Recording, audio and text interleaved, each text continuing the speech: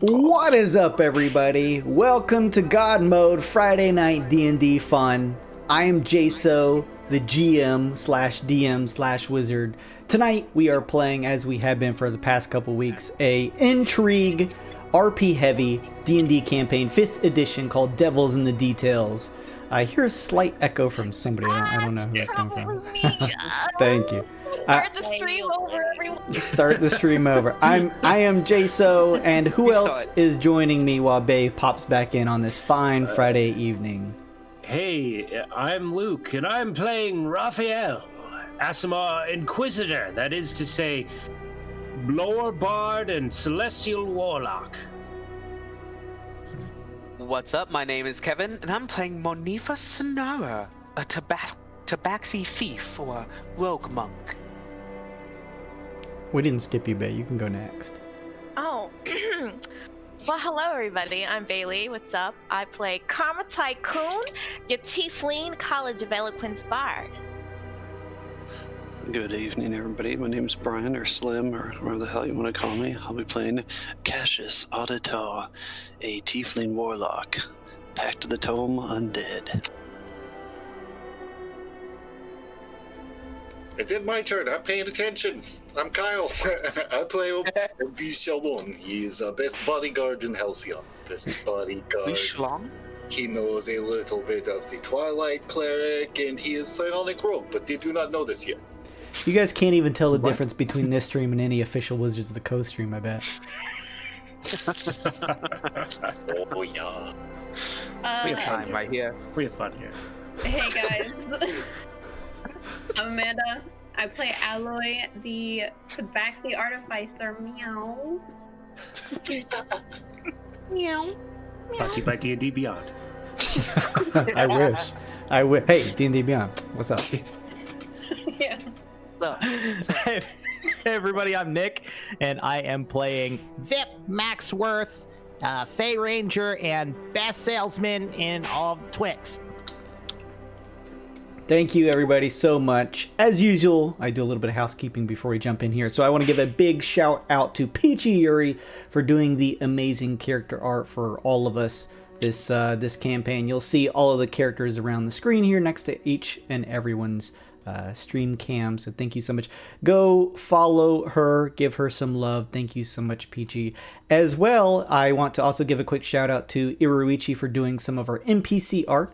So people like Lom, the Resplendent, as well as Dazel. She did all the art for them, so go give her some love. Both of them are Twitter. Go follow them. Some of them probably have some commissions open if you're looking to get some cool art done yourself. So thank you very much, guys, for that. I really appreciate it. A big shout out as usual. We hit the 1K mark a little while back here now, but I just want to give a shout out to everyone on Twitter for following and supporting us. Thank you so much. I really appreciate it. I want to throw a shout out to Dark Wolf of Taros for the recent follow. What's up, Dark Wolf? Thank you for following. Inquest Maps. I know we've been interacting on Twitter, but I see your or Maps Inquest, I should say. You're over here on Twitch now, it looks like. What's up? How you doing? Magic 32BR, Proto League, Heterotic, Seo Vecito, Peter Orchard Studios, Torlock. Thank you guys so much for the follows. And a quick shout out to Mozarel. I know last session, I think she tried to raid us like as soon as we stopped the stream.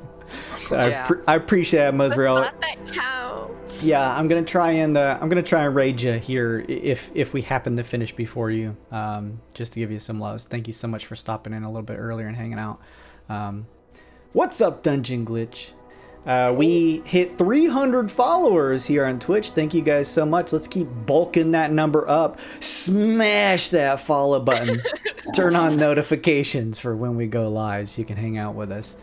I also want to throw a shout out to Lazy Vengeance and Queen Gore, as always, for being Patreon members. Thank you guys so much. You too can be a Patreon member and get cool stuff like sweet swag, which includes mini prints, stickers, t-shirts. You can join in a weekly Wild Force one-shots that are a bi-weekly series that has an overarching campaign to it, but it's kind of drop in, drop out. Think of it like the what is it? Adventurers League at any place that you go to normally in person, but you can do this from your home in your pajamas and pop in whenever you'd like.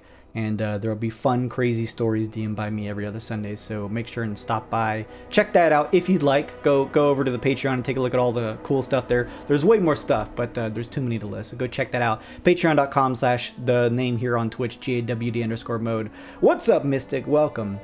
Let's see here. Twitch channel points. We do Twitch channel points as you are watching and hanging out. One of the cool ways you can interact is by building up Twitch channel points, which you just earn. Sometimes if you want to take a left to the bottom left of the chat, you can see how many points you have. You can also click on the little weird bit that Bay has made for us. It looks like a little purple star or interesting, cool little magic item that you click on. It'll show you all the rewards you can get. If you click on any of those, it'll give you a little bit more information about them, so you can take a look at them. And if you occasionally look down there, you'll see a chest too that you can click on and make a little bit more bits to add to your pile. So there's all cool ways that you can interact, like giving +1 to any of the players or me. You can give them like a single-use consumable magic item. You can shift the investment game in terms of market volatility. Maybe give a bullion package to someone who's doing real shitty in the Halcyon investment, which, you know, kind of changes here and there. We'll see. You get an immediate boost for following, so people like Maps and Quests and Dark Wolf of Taros, who just recently stopped by and followed, got an immediate boost to their points. So I think they can already start buying some stuff with that boost. If you're a subscriber, you also get up to 2 times the amount of points depending on whatever tier you're at. So make sure and check that out too. You get all kind of cool rewards. We use stream stickers, which you've probably seen slapped on the screen a couple times already. The global ones cost a couple bits to use, but they do cool things like help you unlock really cool looking animated stickers. Mystic, one of our chatters, loves to slap up some of those. There's also cool things if you're a subscriber, like channel exclusive stickers that includes cool art from Bay for all of our characters done in a chibi version that you see here on the screen. So they're all very cute, and you can slap those up. Someone just turned me into Alloy. You can slap those all over the screen if you're a subscriber for free, so go and check that out. Lots of cool things you get for being a subbing up. We use the D&D Beyond plugin. So if you are interested in checking out some of our characters' details and classes, if you want to dig into them a little bit more, just make sure to mouse over the screen. You'll see the D&D Beyond plugin over here on the right-hand side, and you can check that out, as well as that's where you use stream stickers too. What's up, Carney Sideshow? How you doing, buddy? That is really it for most of my spiel here. Really quickly, Bees, you have the karma coin. Why don't you roll a 1d8 for me, please? Sure, the 1d8. 8. It is number 7. Number 7. That means Bay now has control of the karma coin. One day I'll have the coin. One day. Finally. This is like the second, third time you've had it. Did I say 7? I meant 5. Yeah, I'm pretty sure it says 5. It says 5. I see Bay, it. you can... I see a 5. Oh, can I steal it? I have to steal it? Hold on, let me steal it. Yeah, steal it from him. Carney, just mouse over the stream. You'll see a purple heart over here. You can start slapping some stickers if you'd like. Wait, it won't let me take it. It won't let me steal it. There, I'll just pop it up. Yeah, just throw it on the screen there. So, before we begin, before we jump into our actual game, we always do the investment period that is sort of like a metagame in this campaign, as the characters are doing their quest for the Bullionaire Bastion, which is this big faction for the City of Gold in our homebrew worlds that they are attempting to sniff out the demons who've infiltrated it and get rid of them. They're also investing in the market by the bullion that's been provided to them by Bullionaire Bastion, and in attempts for the Bastion to see who is the particular member who's the wisest in terms of investing their money. And at the end of this campaign, whoever has invested the most, meaning whoever has earned the most bullion that you see here, whoever's in first place, is going to become the next leader / king / owner of Bullionaire Bastion, which is a huge faction in our campaign world, so it would change things for that particular character's life. So very important for them. We do this at the beginning of every stream. So last time, all of the players received a letter from the current leaders of the Bullionaire Bastion, which is the Gilderkins, a duo married couple of dwarves. It looks like hang on, that's Mama Bear. It's just in a badly dark blue text that makes it hard to read here on the Streamlabs. Mama sent the bullion to Zip. Redeemed. Lazy just got a bullion for karma. Lazy. Okay. make sure, guys, to remind me that you guys get those packages if you'll keep an eye on those. Another bullion for Oh, Vip nice. from Lazy. Thank you, Lazy. If you guys would keep those in mind for me, I'm going to go over the results, and then when you go to invest in this round, we'll give you these, we'll roll for the bullion packages. Thank you, guys. So last time you received a letter from the Gilderkin stating that sometimes you have to take a risk with your investments, and that means putting it all in there, either going big or going home. The stickers are not the emotes, right? No, they're not emotes, Carney. If you mouse over the stream, you'll see a little purple heart over on this side, and that'll give you access. You can see all the global stickers you can post, and if you're a subscriber, you can post some channel exclusive stickers that you can slap. You'll hear the slap sound when they get slapped on the screen by some people, and they're a fun way to interact. Also, if you got some extra bits on hand and want to donate those, buy a sticker instead. That's a fun way to interact. So yes, the players had to stick all of their money into a single company out of the 3 that they have available: Mysticorp, Omega Acoustics, and Voidistries here. It looks like most people put their money on Mysticorp, seeing that it had a exchange forecast of a rise, hoping that this would pay off for them. Psychopaths, Cassius, and Vip continue to put their money on Omega Acoustics, despite it looking like it was going to fall. And OBs and Monifa kind of stuck with Voidistries, seeing that it was going to rise. So why don't we see how these investments paid off for you guys this round? So again, don't worry about adjusting your values. I already have them down at the bottom, and I've triple checked. Don't worry about that. We're gonna go quadruple check though, Jason? I truly do. I'm terrible at math, so I make sure and go through and triple check, quadruple, and then do it twice. quintuple check the values. Mysticorp, triplicate, triplicate, quintuplicate. Mysticorp was expected to rise from last week to this week. Did Raphael, Alloy, and Karma's investments pay off? The answer is yes. They got a 6 out of a value of 10. Meaning, I wonder who caused it to rise. I wonder who arbitrated and possibly caused it to rise. I wonder. There could have been some market manipulation last round. Maybe not. I cannot say either way. So each of you guys is going to see a little boost in your money. Not a huge one, but you didn't lose anything and you didn't have to hang on to the same value. Each of you are going to see a rise in your cash. Omega Acoustics expected to fall. We have Vip here and Cassius hanging on with his last bit of 19 bullion pieces. Still putting them into Omega Acoustics. You did it, Carney Sideshow. Ride or die. Entertainment's the future, I'm telling you. Omega Acoustics has been having a week or two of bad luck with either some malfunctions or some lawsuits from some people having some issues with their tech. However, they just released a new prototype guitar product using some arcane science from the Genius, and it turned out to be a hit. They got a value of 8 out of 10. Doubling the value of both Vip and Cassius's coin. Trust the process. I'm telling you always to trust the process. I not wish to muscle in on your good fortunes, but the predicted fall, it only leaves so much to be growing, yes? I mean, even if your cash come in, it is only 2 times, yes? It's gotta buy it when it's on. Buy it when it's in the gutter. That way, you ride it when it's flying like an eagle. Voidistries was expected to rise, according to the exchange forecast. OBs and Monifa putting their money in there. They were expected to rise, but through some, perhaps, manipulation, found out that the values of the stock dropped from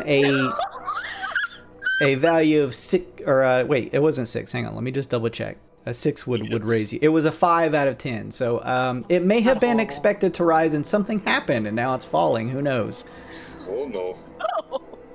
So with that, I'm going to delete these icons. I'm going to delete these as well, and I'm going to go over first, or last two first, I should say. So coming in at last place now, shaking things up as the game continues to unfold with the investment game. In last place is Monifa with 33 bullion pieces. Whoa, that's... See, how was I only losing that? Wasn't good. Yes. Ahead of Monifa is now Cassius with 38 bullion pieces. Cassius, it should have been me. Yeah. I'm losing on someone who's trying. Bad, doesn't it? Trust me, I've been there. Following along in 5th place above Cassius is Alloy with 52 bullion pieces. Hey, Mystic bought another bullion package. We're gonna have to go back through and count these when we get ready to reinvest. Ahead of Alloy, to some of you, deja vu, is Obese with 60 bullion pieces, dropping dramatically from his top perch position. A tremendous fall. Ahead. I will be speaking with the market makers. Ahead of all of them, surprisingly, Vip with 85 bullion pieces. I don't like how high Vip is doing. I don't like it. I don't like this at all. You ever go to a resort where there are live owl bears you can have breakfast with? I'm telling you, it's gonna happen. A turn of events, maybe good luck, depending on how he views it. Up next is Raphael at 94 bullion pieces. What do these numbers mean? Means you can feed all of your constituents and all of the needy. Through Master P, all things are possible. This is true. Every bullion piece is 10,000 gold. So in a literal sense, Raphael, you are, at least your net worth is 940,000 That is gold. literally more than I can fathom. Yeah, it eventually becomes that number that you just can't even... It's like $1 trillion bucks. You're just like, sure, whatever. I have no context on this number. Yeah. There's too many zeros. Making the top spot now, Thank you. Karma Tycoon at 175 billion. Cheers. Yep. Jesus. Remember So, who was your friend before all this started? Yeah, remember who believed in you. with that, Big time rich. Yeah. Remember your friend. I can't control your bad decisions, Mama Cat. I'm just saying, remember your friends.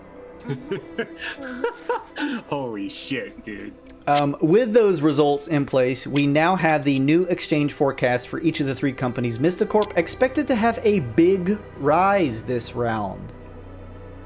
The exchange forecast for Omega Acoustics at a hold steady. So, doing okay. And Voidistry's expected to rise. So before you guys go placing your bullion, why don't we go back through really quickly and have you roll some die for some of the people who bought each of you some bullion packages that they may have assumed would help you if you were in last place, but may have changed things. Vip, give me a D4 roll, please. You got it. That's a 4. You can add 4 nice. to your total, putting you at 89. Nice. And the rich get richer, yes. Lazy. I can't help it that everybody knows where to invest their money. With me. I have always said that this is a rigged game and nobody profits. Karma, you receive a bullion package from Lazy. Give me a D4. This is blatant nepotism. Lazy, my favorite customer. 2. Add 2. Also, Vip, Lazy thinks you're a G. You may as well roll another D4. Oh! Holy shit. No! Hey, The that's Fey what Court I'm talking rises. about. Hey. The Fey Court is pumping tonight. And nipping right at your heels, Raphael, is now Vip. The ankle biter. Yeah, quite literally. Monifa, go ahead and give me a D4 from Mama Bear. Thank you, Mama Bear. Oh, yeah. thank you. A lot of 4s in chat. Can add that. And then finally, from Mystic, thank you so much, Mystic. Let's get a D4 roll from Cass. Yeah, that's the fate of last. There you place. go. Worked out in your favor, buddy. Add that to yours. That And means then I lose one, right? no, that means you get to add one. Go ahead now and place your bets. As always, just let me know how many duplicate pieces you'd like, and I will Please. throw them out for you. Yeah, cash. Yeah. Cash. 3 for me. 3 for you, all right? Give me 2. Give me All the right. 3 daughters, please. Eat them. Give me 3. Put them all on a mega acoustics. Yeah. You know it. I'm riding those entertainers to the top. What's the big rise? Hold on. What's this big rise?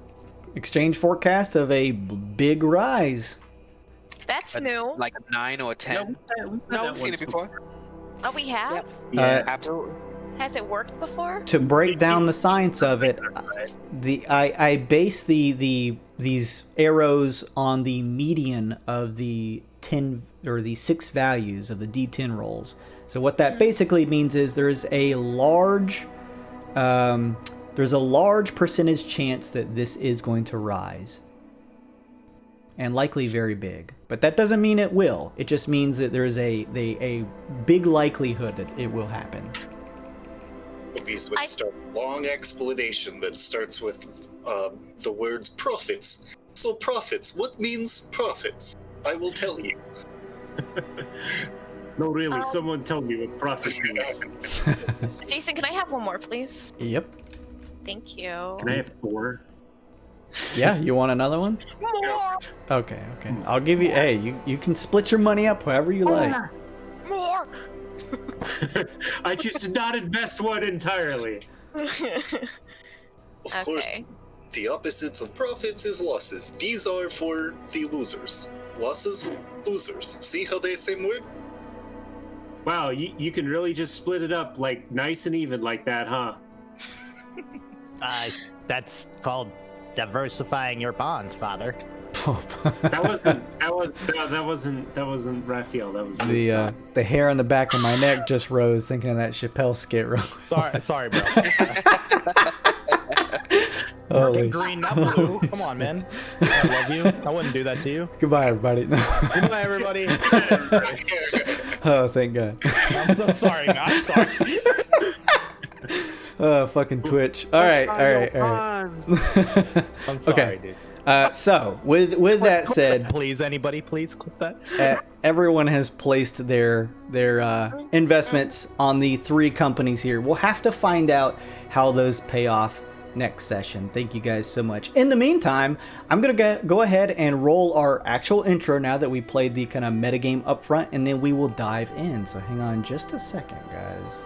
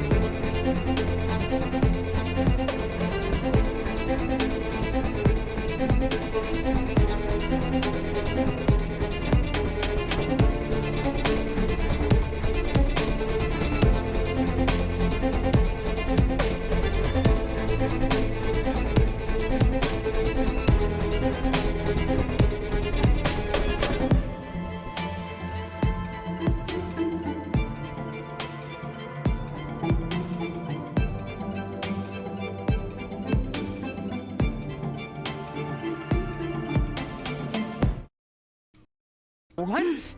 No, the I know voice. what he's The voice talking I did. about. Oh, okay. So, now that we have returned, why don't you guys roll the die to see who wants to give the recap from last week? Or volunteer if you guys want to volunteer, like Cash if you want to volunteer. I will never. Uh-oh. Oh, face the consequences of my actions. That one That looks time. like I'm gonna get 200. Oh no. Oh. I charge We have a 200 gold to give the recap, if you get my drift. Yeah. Take it 200. All right. So, Vip, what happened last time on? Devil's in the details. Scary. That was a lot of miles and a lot of bottles ago, so I'm going to try and make this one short and sweet. Last week on Weird and Wild, we were Devil's in the Details edition. It's all the same thing. Professional. We were able to escape the house that Cats built with a contract that I negotiated with the help of Raphael. We got it done, and we were able to make it out alive. I don't know what the Cats did, because they never told me. Speaking of, we decided to go back to Good Brother's house. A little bit weird. There's nothing in it. I don't get it. But hey, maybe he invests his money, doesn't buy superficial stuff. In the meantime, we kind of split up and things get a little bit crazy there because I don't technically know what happened, but I feel like somebody was spying on somebody else, so they were going to dinner. Probably not the greatest look for either one when you really think about it. But I do remember getting to eat a lot of chicken because it came from the robot. And I believe there's ice cream and cookies involved somewhere. Not entirely sure. I'm waiting for my ice cream and cookies. Then we arbitrated, and now things are going to get crazy. Thank you so much, Vip. Yeah, you guys arbitrated after doing a little bit of check-in with both of the competing factions here on Halcyon, trying to vie for the position of taking over Bullionaire Bastion. You checked in with Lom of the Scorching Quill, as well as the Resplendent of her respective similarly named group. Trying to just kind of field them a little bit better, and also asking what you guys could do to remove Karma's curse / contract / Gia spell. And Lom put forward a alternative idea, but you guys, seeing that it wasn't going to necessarily be a fruitful endeavor, decided to try and get everyone to vote. And in some desperation, Karma tried to get Raphael to listen to her, but it failed. And yeah. So thank you so much, Vip. So yes, as Vip / Nick mentioned last time, you guys had just arbitrated, and as you know, after arbitration, you will just kind of go back to your places and lay low until you receive your messages / letters from Dazel, who works with the Bullionaire Bastion, so that they can summon you again and you can return to their estate and figure out what your next assignment, working as these VIP / investigative members for the Bullionaire Bastion, titled The Investors, and see what's next. So everyone had agreed, after finishing up their time at the Dapper Devil, to head towards Raphael's place. You guys are still currently on Lux, which is the bottom side of the artificial planet of Halcyon. Halcyon is basically like a flat coin that kind of floats out in wild space. Our campaign world is a Spelljammer-esque world, so this is out in space. There's a large city here made of gold. There's the top side that has an artificial sun that is a business center, the epicenter of most of the business and things, money trading, things like that. And below that is just a dimly lit kind of entertainment spot where a lot of the theatrics and fun happens. The concerts, the entertainment, and it is just lit by starlight, so everyone's usually out drinking, having fun. You guys are currently on Lux. You just finished having, or some of you probably having, a pretty good dinner at the Dapper Devil, talking with Lom, and just left and have agreed to go with Raphael. So Raphael, as you guys are carrying on through the streets here, you can hear the distant jovial sound of people of all types moving through the streets here of the Lux area, likely imbibing some spirits and enjoying themselves. You can hear the drunkard or two, especially to your keen ear, Raphael. Sounds like Sin. You're leading everyone else to your abode. Where would that lead everyone? So I'm thinking it's kind of a little bit like run down for what's the bottom side called? The dark one. Lux. That's this area. Lux. Yeah, Lux. Okay. Yeah, a little bit run down for Lux, but I mean it's still like on Halcyon, so I guess it's still kind of nice. But it's probably sort of. Go ahead. I was just gonna say probably similar to the plaza where you guys go to arbitrate. That's seems like a purposefully avoided area. It's a little bit in disrepair. So probably wouldn't be out of place here in Lux. If there is going to be any place on Halcyon that has a little bit of a worn down, maybe less big pocketed people living area, it's probably here on Lux. So. And I think Raphael mentioned this before, but he rents a loft, and I just kind of imagine it in like this like artsy like was a warehouse and then got turned into a housing kind of deal, and is just rented out to passersby. So it's kind of like a maybe it's on the water. I don't know, because the water is that's the big lake down there, right? There is a large reservoir that runs from the top side where there is the artificial sun and actually runs through the middle of Halcyon to the bottom side. So yes, there is the reservoir even here. If you guys remember in your Weird and Wild campaign, you flew over the waters, or actually no, you took a submarine from the top side to get to the bottom Lux reservoir side to go to that Devil Bank. So yes, there is some property out on the water. Probably a great place for maybe a slightly less absorbent, expensive homes to be placed. So Raph will undo a padlock on a big, large steel door and kind of slide it up, and he turns to the rest of the group and says, "I think you'll like my neighbors, and by that I mean they keep to themselves and don't talk to me, so you probably won't see them." Just like at home. Indeed. As you're saying this kind of right out in front of your door here, Raph. Yeah. Oh, so, okay. Sorry. Yeah. So I lead them up the stairs, and just at the top is this very small loft, and there's a single like bed with like plain linens on it, and on one end of the room there's like this giant like wax encrusted like altar, for lack of a better word, to Pelor. On the far wall there is windows which have been boarded up, and a cat of nine tails which is on a mount on the wall, and the wall has just been scribed with like all of these batshit crazy Pelor verses and psalms. Like some of them are on scrolls, some of them are like hastily scrawled onto the wall itself. And then there's just like this really loud barking noise, and this giant dog.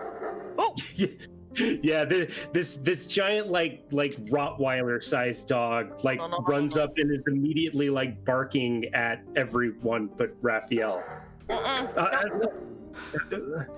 Kaiser.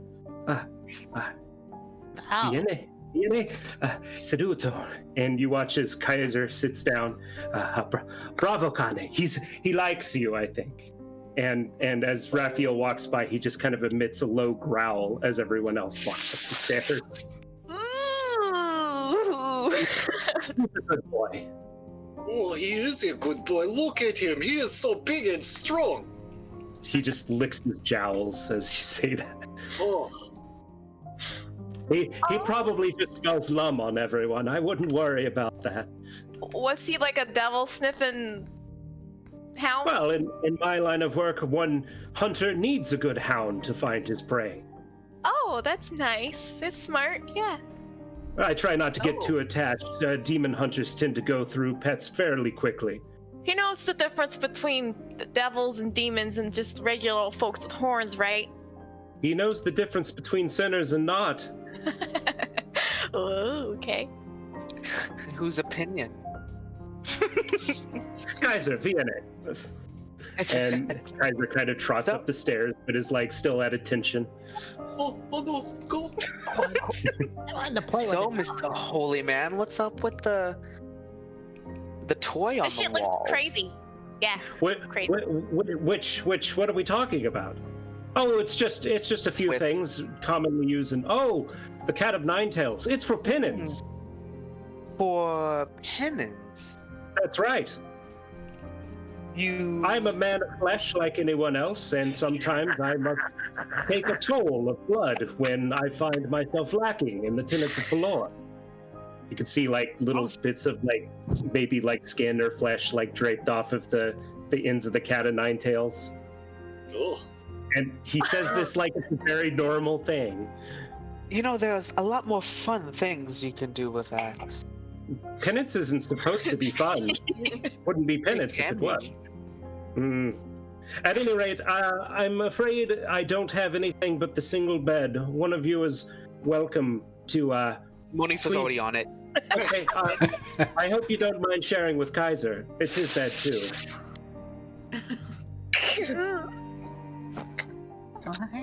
I don't have a cat sound effect. I'm perfectly fine sleeping on the floor. I've done it many times before. Can I get anyone anything to eat? Oh, I brought plenty to eat. Good, because I don't have anything, so I'm glad you did. Excellent. Do you have the ovens? No. You can all eat the raw chickens, yes? No. Okay, well, it may take a while. We have Cogwheel. Pop them in Cogwheel. Oh yeah, pop them in the robot. Obi's hands like 20 pounds of chicken. Yeah. 20 pounds? Chicken. Did you think that's not enough? It should be noted that it's very uncomfortably cramped in this loft. It's like a bad studio apartment size. Does it smell like a wet dog and wax? Yeah. and like a faint smell of like incense, but not enough to like overwhelm the smell of dog. Cogwheel's first words: "Kill me." What is all the script on the your fancy wallpaper stuff? Just a selection of my favorite passages from the Holy Book.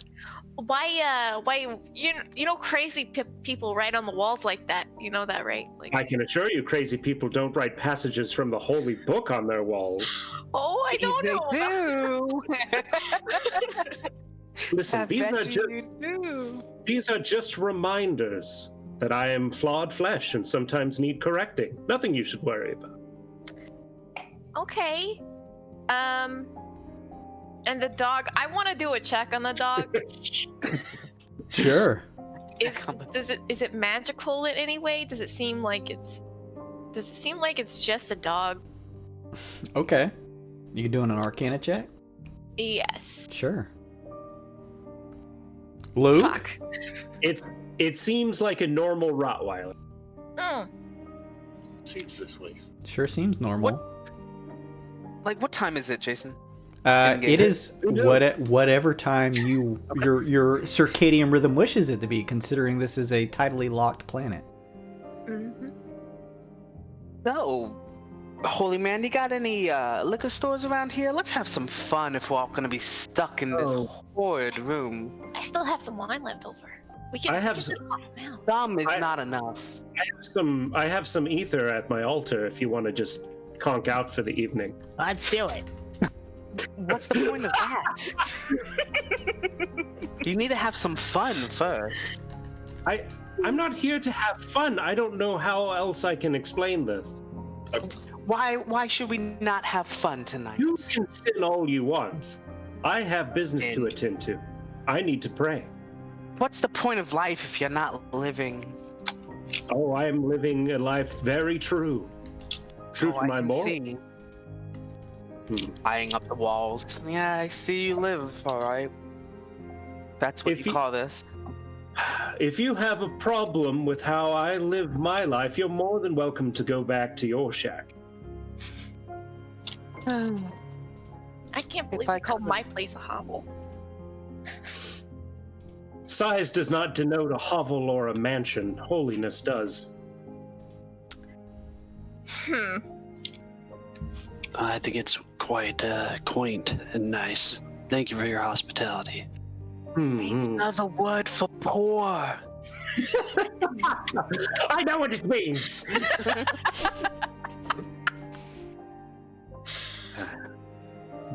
Raphael just sits in the corner and starts praying. What's this ether do? So he finishes. It will knock you out. It's a painkiller, and sometimes I use it to commune with my patron and others. Commune. That's right. I am not blessed with clerically abilities. Sometimes I need a little aid to see my god. Can I take some to go? What? No. Okay. I thought we were all staying here. Where are you going? Wait, no, I'm not staying here. No, I'm going home. Obese? Oh, this isn't like the other night where we all had to stay at Devil Boy's hovel? Everything's up now. You cut out there a little bit. Everything's a hovel now. Pyramid. Well, I mean, compared to an actual home, this... It is a temporary domicile. I tend to wander. I imagine after we finish our business here in Halcyon, I will wander somewhere else. There's no sense for anything more lavish than this in my line of work. Yeah. You know... Oh, go ahead. I was just gonna say that's pretty much my domicile as well. It's what was appointed to me from the Bastion, so to speak. Remember, we each have our own people we work for, and I work for them, so that's what I was allotted, and I got a little free play with where, at least for location, so I'm in the same boat. It's just temporary. Indeed. I see location was so important to you, Cassius. Your place was... Spartan. It close was. to where I grew up. It existed. Do you have family, Cassius? Yes, yes I do. They're not on this place anymore. They don't live here anymore. Oh. Alright. But they live somewhere else, or they... Say they don't live here. Do you mean this plane of existence? This is what I ask. Well, they used to live here.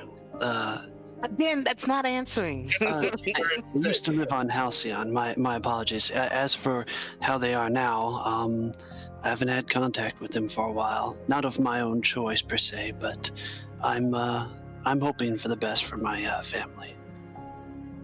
Oh. So they don't know about what happened to you. I hope not. Alright. This family is the brothers and sisters, or... None that I know of, per se.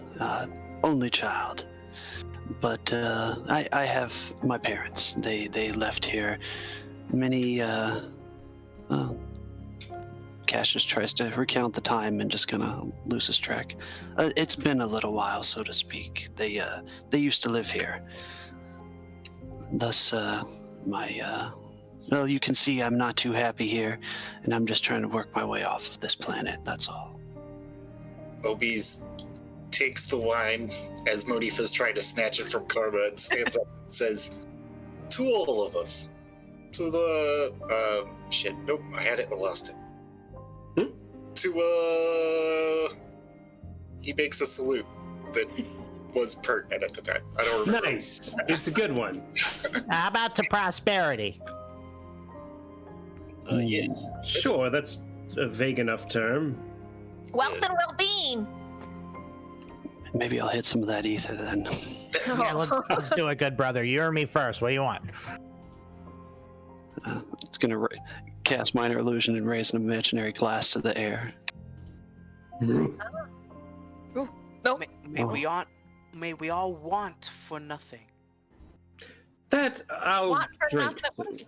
Well, Except for one thing more, so we all have something to strive for.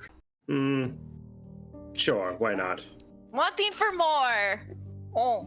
More for everyone. I'm gonna offer my imaginary. Get more wine up in here. We can't keep going to the grocery store every single day to get a binder's worth of wine. Sure, we can. Why? We can't afford it. We're stimulating the local economy. I don't see a problem here. Yeah, We're indoors. We're not bothering anybody. Specifically, which part of Kent do you mean? I mean, I think you all have a problem and might be dealing with the stress of work in less than healthy ways. Now, Yes. what do you mean? What do you mean by grocery just a shopping? typical night, What do you mean by grocery shopping exactly? I mean, getting alcohol every evening. Oh, okay, all That is right. actually also what I mean. Yeah, I wouldn't mind taking a stroll out. I mean, if you want, if someone wants to come with me, I'll go and grab some libations for you. If anybody has any There has preferences. to be a shop nearby. There is. You need someone of taste. Yeah, Obese throws a handful of coins at Cash and says, I want the reds. Ow! Bounce off of. Who's going with cash? I got it. I am. You need someone of taste. Yeah, that's why I'm going. Mama Cat's got it. Yeah. And Vip. Yeah. Let us split the party then. He's gonna wink to you and grab the coins and start heading out. Come on, Mama Cat. Me and you like old times. We're gonna go out and go buy something to drink. There are no old times. There will be no new times. You don't remember? We do not have time. I'm crushed. That could be arranged. Ah, Have you already got the wine? Because I'm wondering why you're still here. Ladies first. Get stepping. I love to watch you go. What? Get out of the way. So who's leaving? Who's staying? Why did the pixie up? Vip's gonna go. Me and I think me and Monifa and Vip. Unfortunately. Raphael starts writing in his journal again. I wanna. At Raphael. Karma is gonna walk over to Raphael and take a peek at what he's writing. He makes no attempt to hide it, and it's just gibberish. It doesn't look like words. Some of it doesn't look like letters. It just is like symbols and jumbled up words, and it doesn't seem to have any rhyme or reason to it. I don't know what Thief Can't says, but I think I might know what it looks like. It is not Thieves' Cant. Thieves' Cant also isn't written, is it? It can be. It's written Could with be. symbols. It Yeah. can be. Symbols and body So- language. Yeah. True. What? What? Wait, you're not actually writing words? I am. What? It looks like.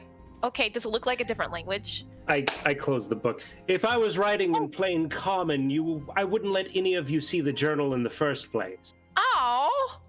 Well, okay. What are you writing in? That's my secret. Oh, okay, all right. You know, But you had no secret. keep your Come here, secrets, I'm an keep open your book. secrets. Come on. It is sensitive information related to my investigation, as well as notes on all of your personalities and personal failings. Oh There. shit. No secrets, like I said. Obese starts drunkenly giggling. What? Mine is very short and Karma's is very long. Is it? Wait, is it? Raphael, how long is my chapter? That's cute. You think you only have one chapter. Is it shorter than his? I have written an appropriate amount for everyone in our adventuring party. That is yes. Is mine the longest? It's not a competition. This is the opposite of a Should be. competition. Mine should be the longest. Why are you here? Why do you know that? So as the stay-at-home team hangs out, we'll switch over to shopping team. I guess. Shopping. Team Yes. shopping. Team shopping. Oh, Yeah. This is the stream now. Drink and shop. I know. Combine. That's All you do is eat hot chip and lie. What's wrong with you people? We're all stay-at-home moms. All we do is shop and drink wine. Our 5E influencer team. Cassius, Vip, Monifa, you all head out into the Lux area here. You can hear the distant sounds of people carousing around and enjoying themselves. The jovial nature of pleasantries and entertainment in the far distance, perhaps the rhythmic music of a nearby concert area. What do you do? Cassius. Looking for? Oh, go ahead. I'm just looking for somewhere that sells alcohol. I'm gonna stroll by the area that has all the music and kind of just stare off for a little bit and listen to it. Sure. It sounds like a concert hall, likely somewhere here on Lux. Maybe you've passed by it before, Cassius. Maybe not. Maybe you just haven't really cared too much to stop by any of these places. The music is entertaining, maybe a little new age for you, a little poppy. Thank you, Tepid the Pawn, for following. I really appreciate that. And you occasionally hear through some of the riffs of what sounds like a number of different instruments the cheer of what sounds like a pretty sizable crowd. But again, it's pretty far off in the distance, so it doesn't seem like the music would be too loud to disturb the people of this particular area here. Let me see. You guys kind of move through some of the city streets here. Monifa, you, Vip, and kind of Cassius keeping your ears out as you walk along. Each of you give me a, let me see here, an investigation check to see what kind of alcohol spots you can dig up around this part of town. 15. Nice. 20. All right, yeah. Vip, Monifa, you are, you know, like any normal cat. The sights, the sounds, the lights of this place kind of have your eyes fluttering around. Vip and Cassius, you guys are able to spot a couple different sort of, as I mentioned, a lot of the vendors here on the Lux side are sort of like stalls that are just open out to the streets because people like to kind of grab their things or eat and go as they continue on to wherever they're going. So you're able to stop by and find a number of nice drink shops here. What type of alcohol are you looking for? Wine, red wine for the giant red monkey man. Abe, I am not monkey. Let's see here. You guys are able to stumble upon a nice Eidolon winery. And one of the Eidolons speaks to you. You kind of give off what you're looking for. And they say, oh, of course, just a second. And they step back behind their counter. One of their servants does, actually, as they kind of continue looking on with a tight smile. After a second or two, the servant comes back and brings around a particular wine called a Abbey Red. This red wine comes from a variety of abbeys and monasteries that produce wine to help support their way of life, meaning the Wakinar at some of the churches here. Each of the wines is slightly different, and most consumers have a particular abbey they prefer. How many, or how much is it a bottle? For a bottle, let me take a look here for the wines. I kind of just pulled out one of these out of my ass.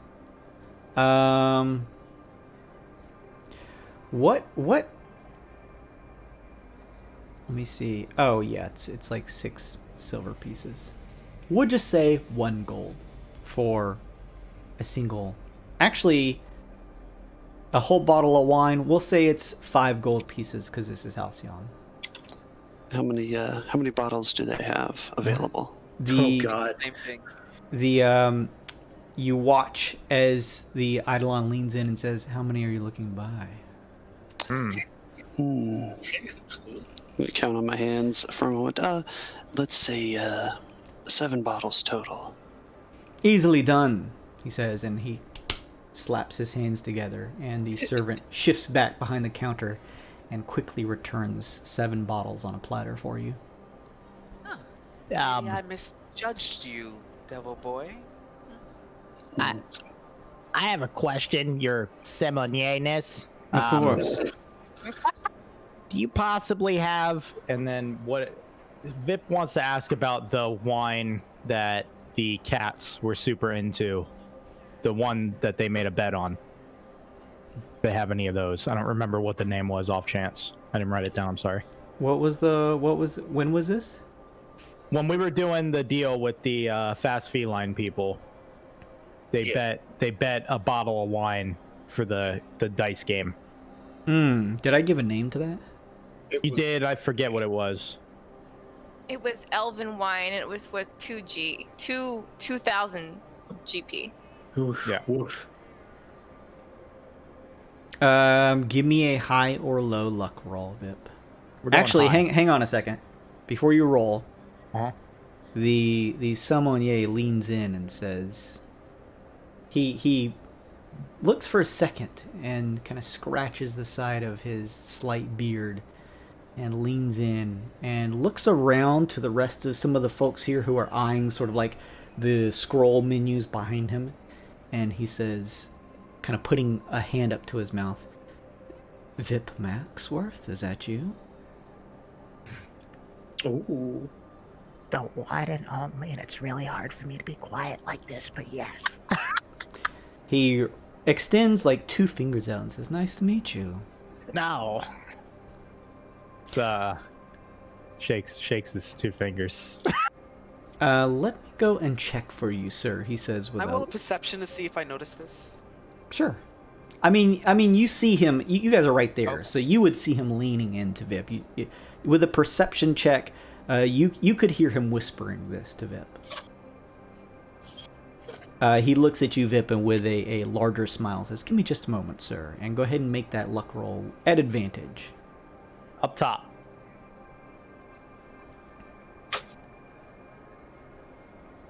11 and 13. Okay. So both high rolls. That's enough with the 13, well, and 11 technically.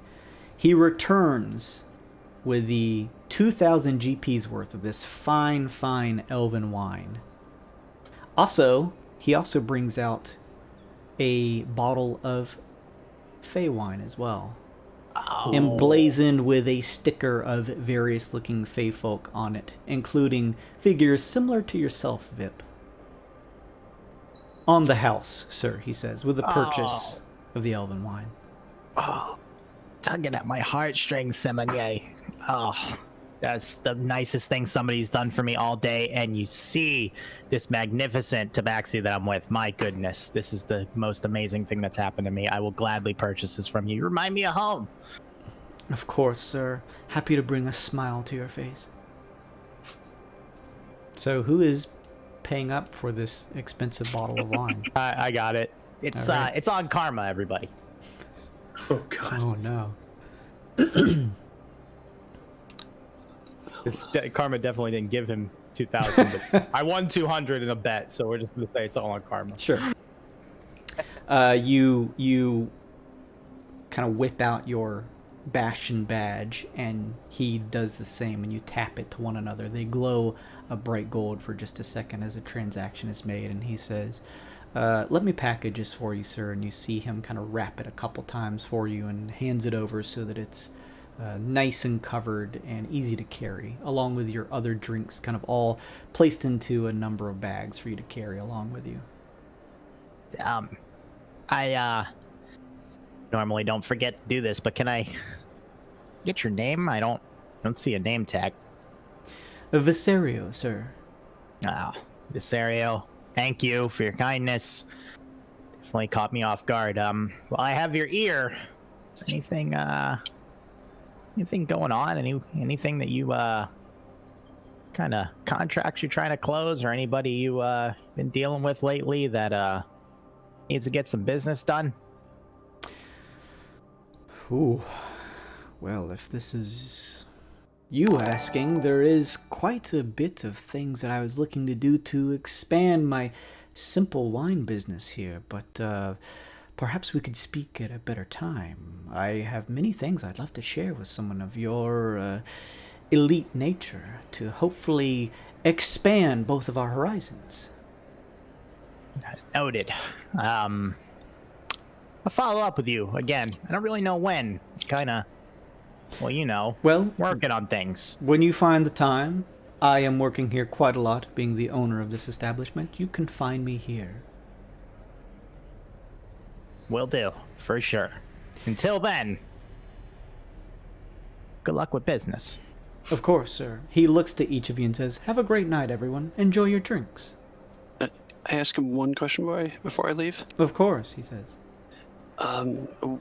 Where did you get these Abbey Reds from? Any specific church or abbey nearby? Donations by some of the Wakinar. Thank you. They own a brewery or two here. They enjoy the occasional drink. I give him a 10 gold tip and say, please keep up the business there. Thank you. I appreciate it. I'll send some of this to the church itself. Anyways, have a great night, everyone. Enjoy yourselves. Stay safe out there. Thank you.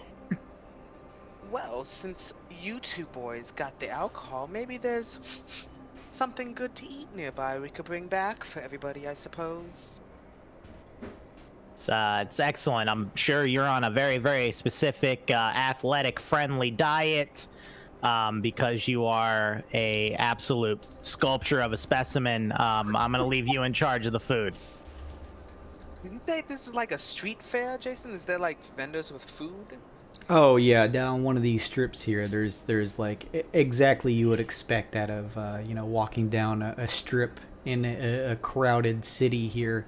All kinds of exotic foods. The smell of seafood for you, Monifa, kind of picks up on the air. You kind of look across some of the vendors and you can hear the sound of sizzling as you look across and see them cooking a bit of fish and calamari nearby. Might head over there and grab a couple meals for everybody. Enough, buy something real nice. Ask them what their best seller is. You head over there. Unless is there anything specific you're looking for food-wise, or are you just kind of grabbing enough food for everybody? Enough, but I mean, I want whatever their best-selling item is, whatever their most popular, or their, like, specialty. Devil's food cake. This particular vendor is, they are selling a specific fish. It is the gilded goldfin.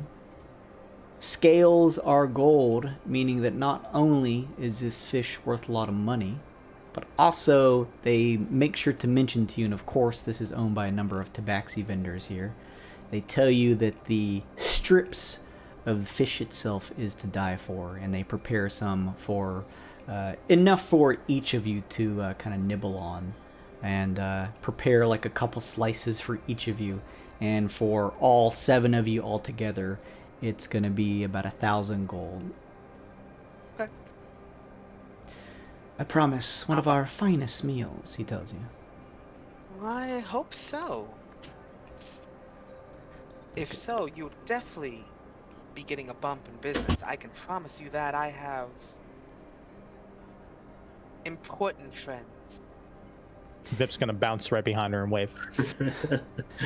This kind of scruffy tabaxi with a little bit of a beard and kind of brownish tan fur kind of bows and says, "I appreciate the business. I hope you enjoy yourselves out tonight." Thank you, my good man.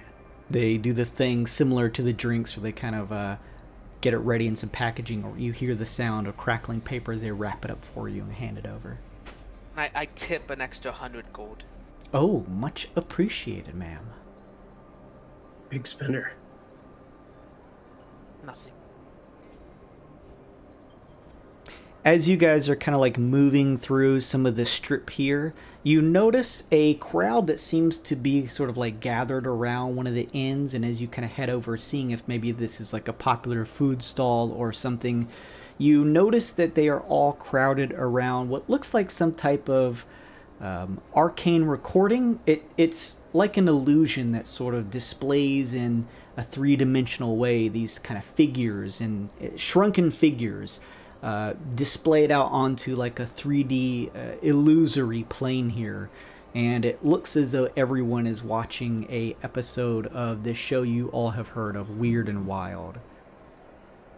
In this one, a particular Eidolon, who is part of this group of the Wild Tycoons, is giving a tour of her ship. Some of you may have heard of this before, some of you may be familiar with some of the characters, but you've seen this show before. It's pretty popular amongst the people. Would you look at her? She's absolutely radiant. You know Karma could take some tips from her. Definitely could make some money with them. She seems like she knows how to have a good time. A nice party. Indeed. Quite the voice, too. Maybe, The monkey, though. Ugh. Can't stand him. He's probably a backup dancer. He's just annoying. So loud. Thank you so much for the follow, Red Ox Chai. I appreciate that. So, you guys having both drink and food in hand, what do you do? Both head back. Go. Monifa, I do have a question. Yes. You obviously enjoy the finer things in life. Who do you follow, aside from your lust for gold and finer things? Is there, I mean, if you're placing your bets on anybody yourself, is there anywhere you're leaning towards? I mean, are you asking me who I'm arbitrating for? Maybe not as much that, but beyond, what cosmic power or goal do you hope to achieve with all of this? No one controls my fate but myself. What about your heart? What about it? It gets you into trouble. Ow, gotcha. Strong type. Is there a, not that I'm asking, no offense, you're a very fine lady, but a Mr. Monifa, Aloy's father. Good line. Aloy's father is not me, unfortunately, but I mean,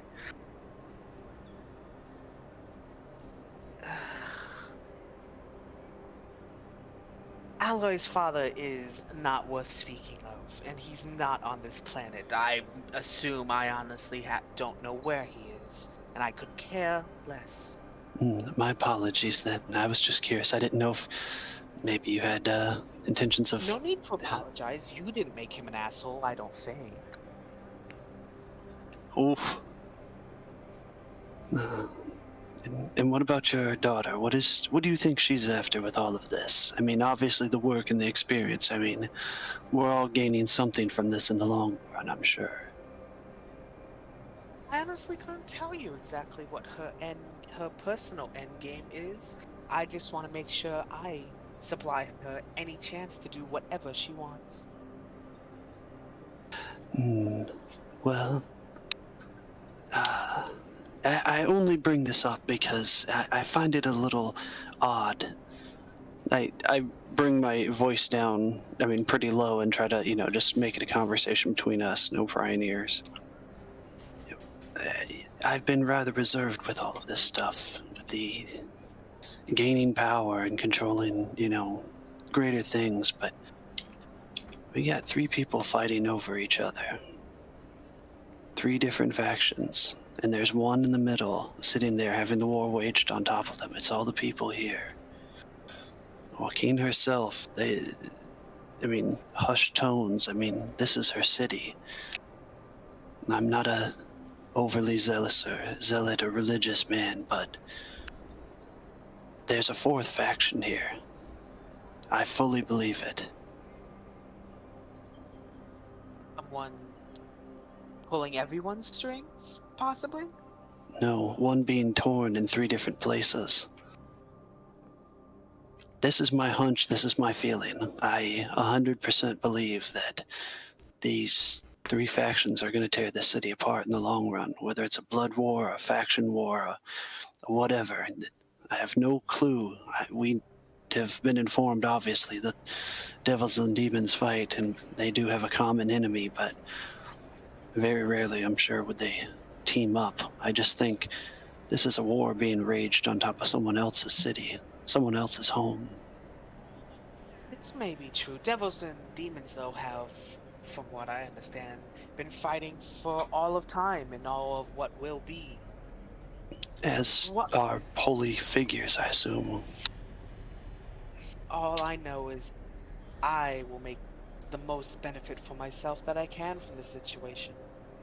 No matter who ends up on top, I will still get mine.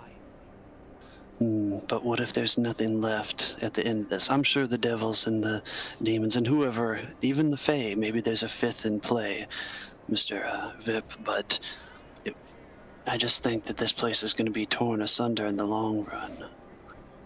If Halcyon's time has come, then it has come, but I will make my way wherever the money leads. Win or lose, I think I'm off this rock, home or not. I think I might be parting ways after this. Just should either of you happen to win or whatever, have power, then do think of a few of the people here. At least the one who claimed this as their original home. Oh, I don't claim Halcyon as home. Halcyon has helped me, but I lay no claims to any world. All that matters is myself and Alloy and making sure we get what we want. And Mr. Cogwheel, of course. If that's what Alloy wants, he does. She did build him. You didn't. Most important one. You didn't turn your husband into a robot, did you? Never been married, sir. Oh, my apologies. Not trying to pry. I don't care. Yes, you are. It seems like you're doing exactly the opposite, but I don't really mind. I have nothing to hide. I am exactly who I am. Wouldn't have you any other way, trust me. So, you guys head back with the others? I Yeah. suppose. Yeah. All right. As the drinks and grocery party begin to head back, was anyone doing anything in particular back at Raphael's residence? Huffing either. Praying loudly, vociferously. You're probably just letting Raphael do his thing. Do I have to stay here for this? I am seeing to the chickens if you wish to walks. Eloy, Yeah, if you you wish see to to the walk. chickens. You see to those chickens, and I'm gonna go walks. I take Eloy's with you. She likes to see the city a bit. Come on, baby cat. Let's go get walks. Let's go walks. Like walking a dog. Alloy's been eating chicken this whole time. There's like a pile of bones, like chicken bones. Okay, I'll go. Wait a minute. So I was just gonna go home. I don't think I need to bring the baby cat. Oh, well, I mean, That's fine. Kidnapping my daughter? But I will bring the baby cat because it's hard. No, you know what? It's better at my place than it is here. So you can come on, baby cat. If you want, you don't have to. I'll have to take Cogwheel. He can't He's cook always the chicken. welcome. Oh, it's true. It's true. It's true. Obese, are you gonna be okay without the chicken? oh, are you discussing this in front of Obese? Yeah. Oh, so. okay. Well, I'm making dinner for all of us. Why are you leaving now? And praise be to the summer harvest. Why are you leaving now? I have been eating I feel like I've been eating all day. I just went to the Devil twice. Did you ate without? Yes. No. Okay. Then go No. home. It is fine. We had ice cream and cookies. I have made the dinners all nights, every week, but you go. You go. You know Goodbye. what? I'll wait for the others. No, fine. I'll wait for the others. If you guys can listen to this, Raphael praying in the background. Stick around for a little more. Talk in the background. It is another couple minutes before the others, or at the very least, you guys hear a rap on the door. Your door, Raphael. Oh, hold on. You guys hear like You better three, check who it is, Raphael. three like I feel in my heart that I know who it is. I looked out the window. You hear like 3 deadbolts unscrewing, and then the door opens. You all reconvene as you see Cassius, Vip, and Monifa outside, hands full of what looks like food and drink. Ah, yes. Well, come on in. The feast has just begun.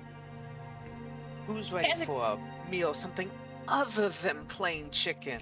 What? No What do you mean offense. plains chicken? It's marinated chicken. How can you guys eat more? All we do is eat and drink. That's what I was saying. You say this like it's a bad thing. You don't have to eat or drinks. Since we're all here now, did y'all vote for me? Oh, yes, this is why. This is why we have dinner. Thank you. I had too many of the wines already. Yes. The question is good to start. I hand out the bottles of wine to everybody. A small token of our partnership to everyone. Cass, you offer to answer first? Actually, I do. Round food. These bottles of wine were part of the walking hour. They're actually part of local abbeys here. This, I mentioned this to them a few moments ago to, I guess, test the waters. I think there's another faction here. I personally do. I think that this arbitration is being run to gain information again off of one another. I think these 3 factions are tearing this city apart. Oh yeah. Yes. Whether it be Pelor's Light, Joaquin's Light, or whoever, I don't trust any of them personally. Well, I'll be. Never put your faith in any gods. So Well, that's not true. Thank you. Silly Well, kitty. I don't think starting a war on top of someone else's home is a smart idea. Are you losing faith in your lady, Cassius? No, I think it's a little stronger than ever, actually. I just don't think that people have faith in her. I think anyone who does is more of a downtrodden at the moment. I see. She's the god of fortune and gold and marketing and the such, of course, but who's controlling all of that? the people with the power to seize the control. War is coming, whether you like it or not. It just depends on what you make out of it. I mean, technically, it's already here. We're in the mix of it. Mm. And the Now we demons just have are to the. choose- Go ahead, Kevin. Now you just have to choose which side will be most beneficial to whatever you are looking for. She makes the good point. Yeah. No, that goes to my arbitration. My dear Karma, I apologize. I did No, not. don't apologize. Oh no, that's always a bad sign. I did not arbitrate in your favor, and I apologize. I am gonna be working for Mom until I die. Oh, no, you won't. I will break the contract yet. It's only been a few days. Give it some time. Have some faith. I'll throw in with that as well. I will assist in trying to help you along the way as best I can. Aside from this, I I wanted to try something at arbitration. I didn't arbitrate to any of the three. Oh. What? Well, then who did you vote for? Now, should I go to the Bastion, I will be 100% honest. If Dazelle or anybody else calls me in, sure, they'll know that I arbitrated in the Bastion's best favor. I tried to contact Joaquin herself. Oh. Interesting. I am embarrassed that I did not even come up with a similar idea. Now, I don't know what that's going to do. I don't know if this might be the last time you ever see me and one of the three flay me from the top to bottom and throw me away. I have no clue. But at least you'll know that I tried something outside of this. I'm hoping that maybe somehow speaking with maybe a few of the Walkinar and getting some information with them in the next couple of days to see maybe how deep-rooted the demons or devils or the Resplendent or whoever are with them. Maybe it's a smokescreen for them to try and rise up. I don't know. I don't have enough information. So again, I do apologize, but you can put a circle of magic on me or not. This is me speaking truthfully. This is an interesting angle you've taken. Frankly, I think we should just go to the Bastion and lie. Just tell them that we all voted Bastion, see if they call us on it. I'm interested as well. Yes, we lie to the Bastion. Yes, we tell them. I mean, we all know that at least 2 of us voted for Lum, probably more. We may as well see if they know that as well. It's a good idea. Oh, I didn't vote for Lum in case it wasn't clear. I mean, it doesn't matter now. We did 7 votes. You're right. Cassius, I applaud your steadfast resolution.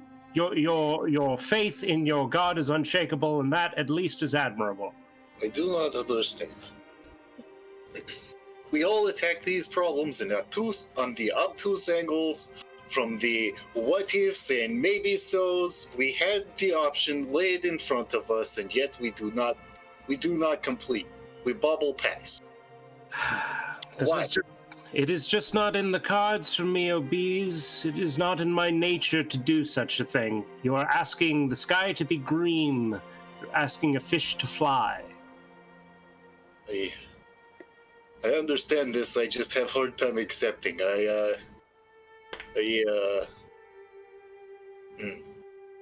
It's what all holy people do. They hide behind, oh, I can't do it for me. No.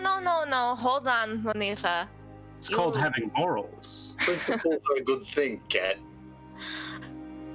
I think what's happening here, this is a good example. Law mentioned that the king and queen chose us, and I mean, we're all different in a lot of ways, different beliefs, morals. Yes. And in a way, it's kind of like, the same thing that's going on with Bastion, fighting in between, like inner fighting or whatever. It's what's happening with us, and nothing's getting done. So maybe we're supposed to be like a distraction, Or mayhaps we are, how you say, is it microcosm? A small version. What we make toys, yes. That you make one, and then you make a smaller one inside. Nesting dolls. Yes, the nesting dolls. We call them microcosms. Is this another metaphor? Maybe we are small nesting doll inside of bigger nesting doll. I think I understand what you're saying. Of the Halcyon, we represent the diversity thereof. Maybe we are tests to find out if we can make such things work. Maybe we have to align our expectations for the better of all of us, to maybe the detriment of some of us. Maybe the king and queen aren't really who we think they are, and maybe they're demons or something, and we're all being toyed with. Oh, yeah, we could be that kind of nesting doll too, I suppose. All we can do is continue collecting information for now. But we have to work it together, because that is what they don't expect. I mean, sure, my soul is still, whatever. But next arbitration, let's try to work together, regardless of our karma. What? Nothing. He's never going to help me. Don't you understand, karma? Religion prevents it from helping me. No, it doesn't. It simply has a more difficult path that I must follow. If we all have had time between, if this is a reoccurring cycle, we arbitrate, we do stuff for them, we have a few days. We have a few days to maybe get some more information or something before we meet back up. We've all got our various resources, and if we're willing to trust one another at arm's reach to give a little bit of information, whether we're working for ourselves or not, maybe we can find some stuff out from our own sources. Again, we may be working for money, but we are being used by someone or something at this very moment. True. Yes, we were hired to do a job. That is what used mean. No. Used like we're like a misdirection or like a set up to fail kind of thing.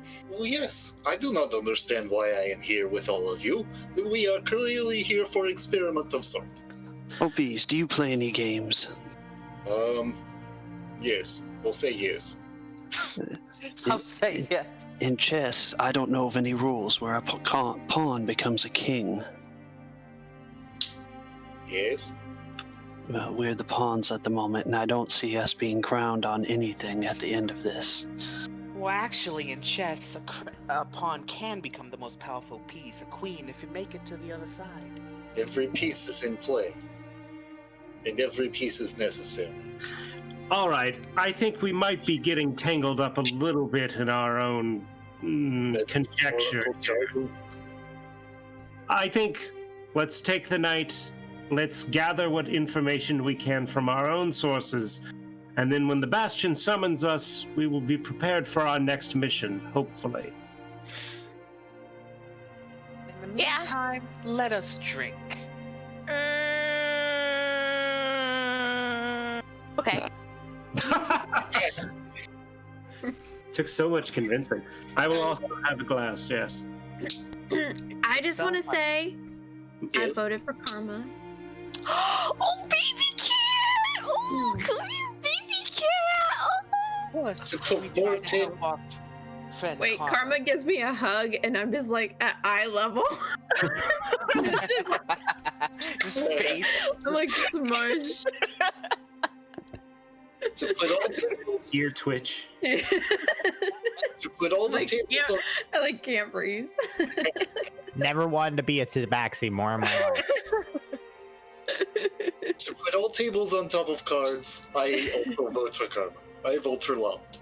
Oh, Bichilon! That was me fucking up. Fair I boy. said law time, not karma. Insight check. You motherfucker! Oh, I'm just taking everyone's word Oh. for it. Oh, no. I'm just going after a straight insight. Do I think he did or not? Sure. Wait, on who? Me? You. You. Okay. Yes. Ah, Nice, got him! Hmm. He was telling the truth. What about you, fairy boy? yeah, Beth, what about you? Don't call me that. Wow.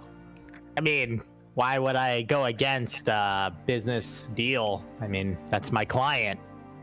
That was not answer.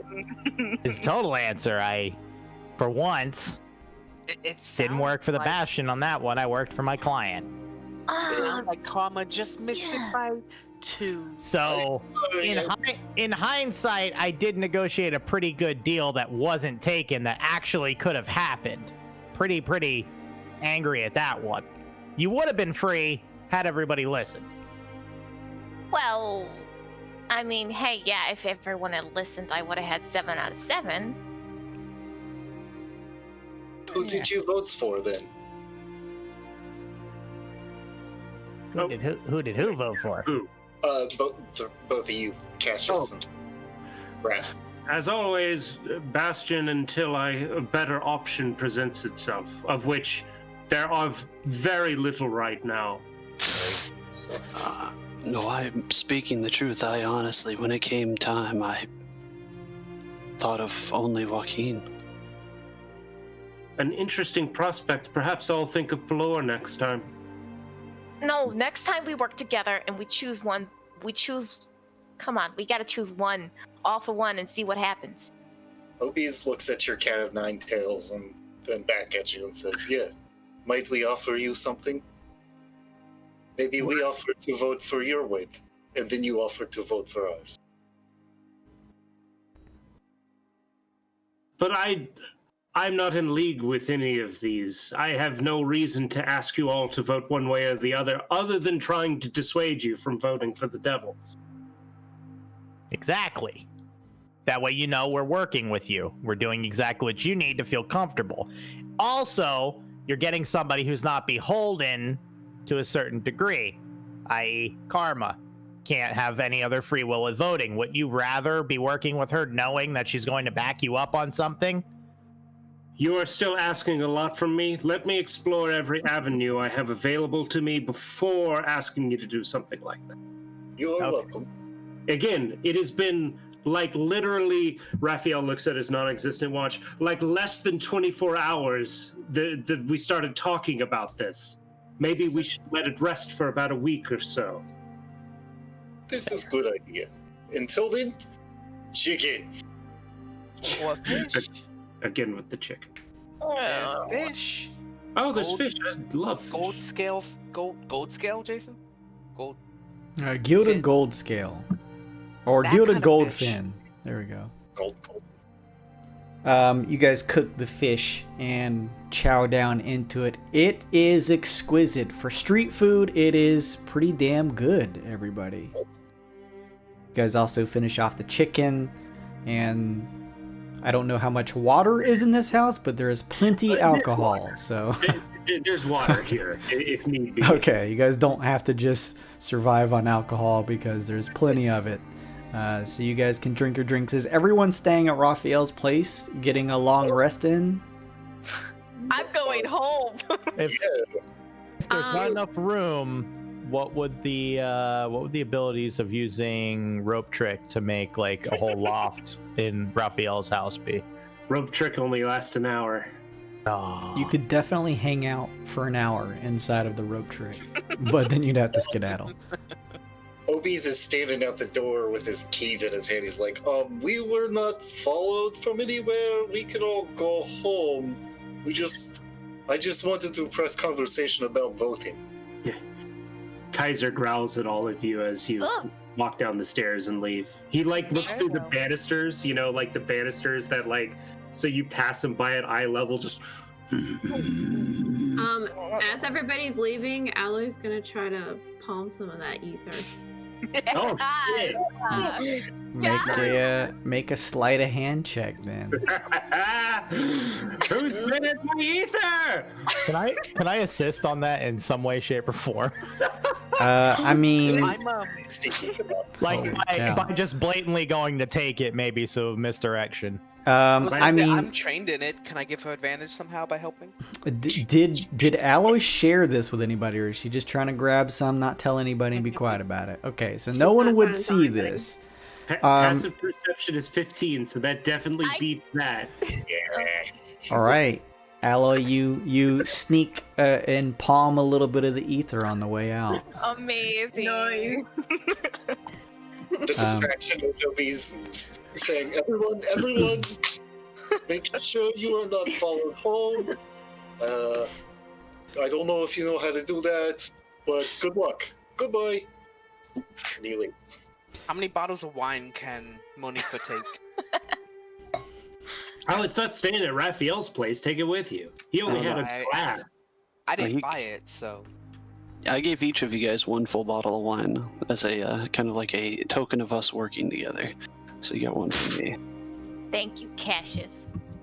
A token of us working together would have been one vote, but okay, I'll take your wine.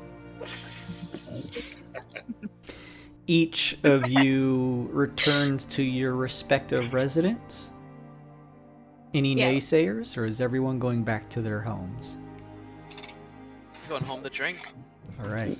Swinging by the same church just for a couple moments of reflection, and then heading back to the house to go to sleep. Sure. Where does Vip go? Does he have a home? Vip will definitely tell Monitha, baby, it's cold outside, and then when he's turned down, he'll find his office to go to. Okay. Does he have a home? It's a little PO box. Yeah, he doesn't really he's got his office. He lives under his There's desk. like a nice loft attached to your office. You make some money, Vip. You do some deals. Vip does make a lot of money, but each of you heads back to your respective homes, and after a day of some meetings with various parties and a bit of arbitration, food gathering, and a conversation with the rest of the investors, you guys each spend a little time at your various homes, kind of just doing like a long rest. Maybe not necessarily sleeping the whole time, but just enjoying yourselves, enjoying the beauty and explendent nature here of Halcyon, the exuberance, the gold, the bright sun, those of you who live on topside, the kind of quiet, serene, ambient nature of the street lights here on Lux for those who live down below. And each of you can regain all of your HP. I don't think anyone lost any or anything like that, but you'll get your spells back if you cast any, stuff like that. As you take some time to sleep, Raphael. Ooh. Oh. Ooh. Dream sequence. As you are sleeping, Raphael, you again begin to have some dreams. The dreams come in and wash over you, and it almost recreates a scene similar in nature to the one that you've had before. You watch yourself walking down the golden city streets of Halcyon, stopping and peering into the sky as you notice a shadow crawling across the ground and begin to envelope your form. As this happens, in your previous dream, you were sort of like out of body, looking down, facing yourself, as you yourself are looking sort of back up towards your perspective. So you could not see what you yourself are looking at standing on the street. So a similar scene plays out, but as it finishes, as this shadowed silhouette begins to travel up your robes, your perspective shifts. You now see yourself and see the area around you here in first person. You look along with yourself up to see the artificial sun in the sky on the top side of Lux. Its soft, warm glow begins to wane. Its deep yellowish orange begins to shift and change, darkening to a deep black. A creeping sense of dread begins to permeate in your mind. Red waves of dark energy ripple through the dark sun. You watch as the darkness descends on the city around you. You can't place your finger on it, but as you look on at the black sun, you feel a profound sense of perversion that cannot be abated. With that, the dream subsides. A black sun. A terrible omen. Everyone else, along with you, Raphael, wake up to a brand new day. As you are waking up, beginning to start out your normal standard day, you each look to the bottom of your front doors, making sure to see if there is a letter that's been slid underneath from Dazao to contact you, and you don't see one. Oh. He mad. Bad omen in general. You mad though? Right. So maybe we should take initiative and go there. Yeah. Indeed, Yeah. the job is done. They should contact us by now, correct? Are we able to? Let's say, I'm can we assuming- talk to each other right now? Or we're not together. Can we meet up? Can we meet up? Sure. I'm assuming that you guys probably have some idea of a meetup spot, just in case things get weird. So wherever you have decided to make this spot, just let me know. Is it on Lux or Topside? Where would you guys Come meet to my up? place in the morning, you guys. We can have sausages and pancakes and OJ. My place would also be open to everyone. It's on Lux. If that was an offer, then OBs would say the kitty cat's place is where we should meet for weird things happen. Trust Vip me, would there's be enough room for everybody. Vip would be outside Monifa's door early in the morning. Oh, creepy. He's not allowed in till somebody else is here. Actually, no, he'll come in. I can stop him if he does anything. No, you're good, because somehow OBs is there like 5 minutes before Vip gets there. How are you? Whatever, come It's in. like a stray cat or something. Like, oh god, I brought it's here the again. How long Somebody did you- gets it. What did I tell you about feeding the fairies? They just keep coming back. So Monifa, Alloy, is your guys' apartment building on Topside or Lux? Oh, sorry, topside. Okay. So each of you travels towards the Halcyon Heights area. You remember previously traveling to Alloy's workshop on one of the sort of like first floored areas here in a large open loft-like place. However, this time you begin traveling up the stairs to each of their individual homes that are up here. There is a rap on the door, Monifa, that you hear as you are kind of finishing waking up. I go and open the door. I'm in, just in loungewear. It's like, oh, you're all here. Good morning. No. Best morning. As you open the doorway to everyone here, Monifa, what does your place look like? It's the top floor penthouse of the building. Large entryway leading into an open concept living room, kitchen. The wall is complete window, so you can see out for miles. I don't know, 4 bedrooms probably at least. They're all like with their own ensuite bathroom. It's a lot of space. It's lavishly decored, you know.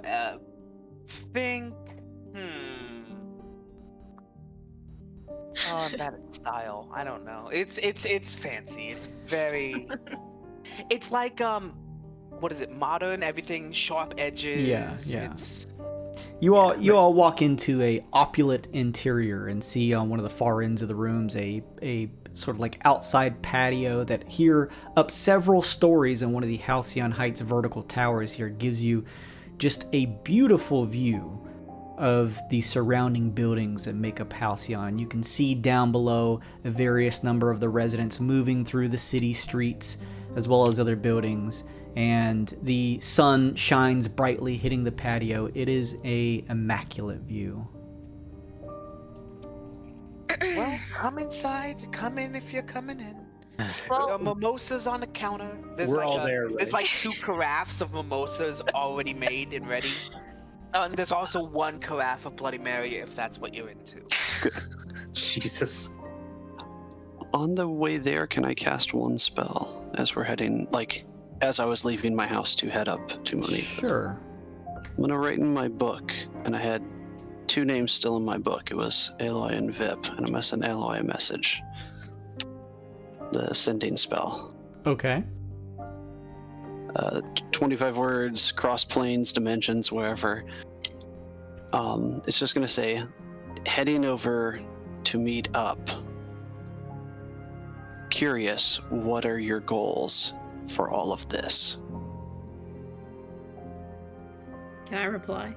Yeah, you'll when you reply back to me, as opposed to it going straight to my brain, it would appear either I'd hear it or I'd be able to see it in my book, and it would vanish shortly after. So as you write this in the book, does Alloy hear this sort of like in her mind, in your voice? Yep. Okay, so you know you've kind of maybe done this before, or Cassie has explained it, Alloy, so you can respond telepathically. I'm just gonna say, see you when you get here. We'll reply back and say, very well. So, with that, everyone steps inside, meeting up at Monifa's suite, heading on inside to an immaculate interior. I am so fortunate to wake up to you every morning. My gosh, you make the best breakfasts. I am so lucky. Thank you, Monifa. Are you kidding? There's someone else who cooks. That's fine. That's perfectly fine. Cogwheel. Cogwheel. I mean, it might be. I didn't know if that's what, but if he cooks well, that's fine. That He has an apron on. He's just taking off his apron after finishing breakfast. it's like a buffet style, but it's all like real fancy. Oh yeah. It's like a Vegas breakfast buffet, a good one. Oh my god. That's making me hungry. Did any of you get notification from Lom? No. Not Lom. I'm sorry, Dazelle. Also no. Feels like me. It's an early morning. I did. This may sound strange, but I did receive a strange vision last night, and I wasn't even on a bender or anything. Oh. You had a dream. A false sun, black and shadowy, hung over the city. Perhaps something we should keep an eye on, or perhaps an omen of things to come. Razim. Razim. The guy who created the sun. Something happened to Razim, and we don't know what happened to him. Oh dear. Oh. Mm. I mean, I'm not. Yeah, that's what I got. I mean, that's what I would get from a dream like that. I can't say I remember mine, but a couple nights ago when you guys stayed over, I had a dream as well. I have no clue what it was about, but I don't really remember having any dreams like this. It felt, I don't know, intense or real, just, I don't know. What was it? I have no memory of it. I wasn't sleeping well that night. As soon as I went to sleep, I just, when you have a dream and you can't remember what it is, like you just wake up with that feeling in the back of your head like something happened. That was before yours, and it's all new to me. I've never had prophetic dreams of anything. Maybe it was, I don't know, sleeping outside my house or something. I'm not sure. Maybe someone was watching you. Demons are creatures of darkness. I think if the creator of the artificial sun is missing, we may have to assume that there could be a ploy to plunge the entire city into darkness. Okay, but so if that's gonna happen, can we get help from like everyone? Can we not have that happen?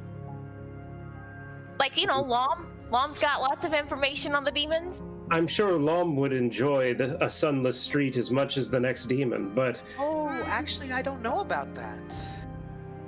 I think Lom would be very interested in keeping the status quo, not letting things plunge into darkness, at least maybe not yet.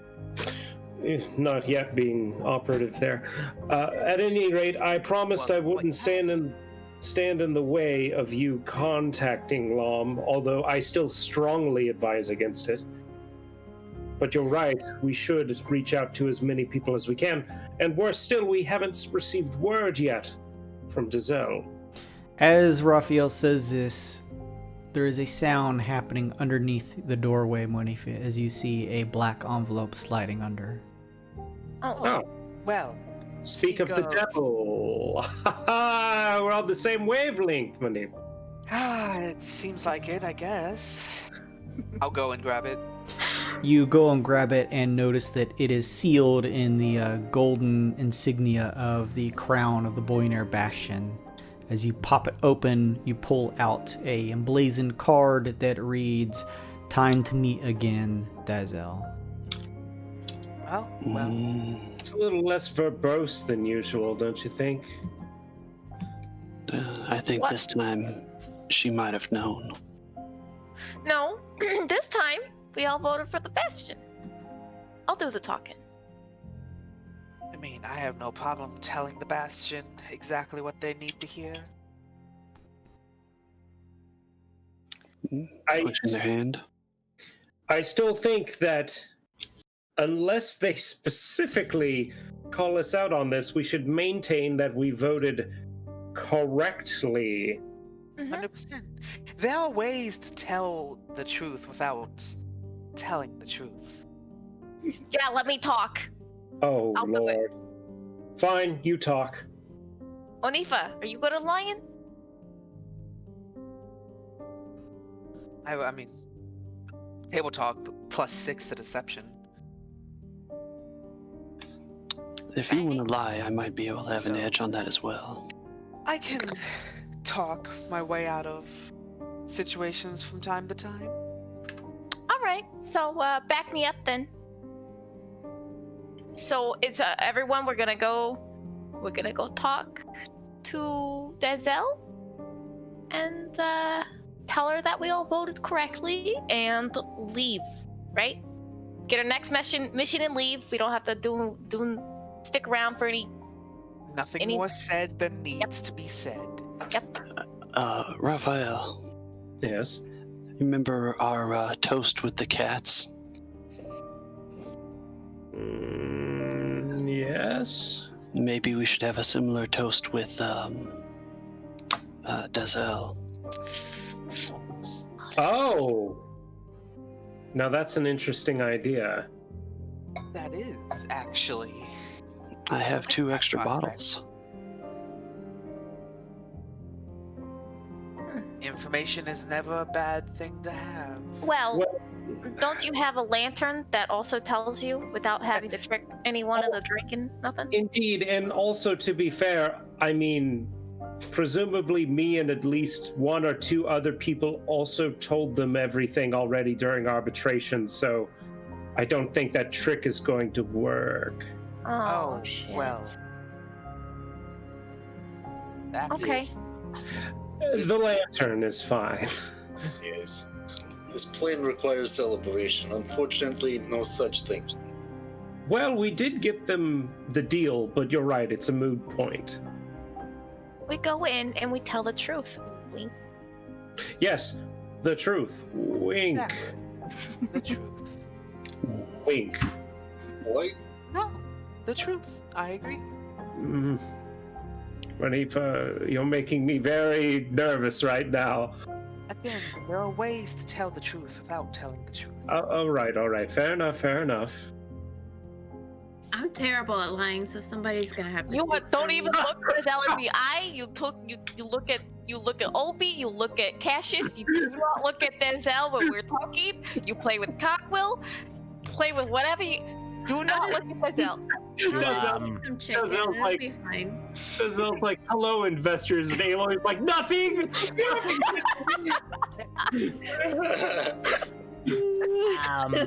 If you need an agent, I believe your mom is super fond of me. I will gladly take you under my wing.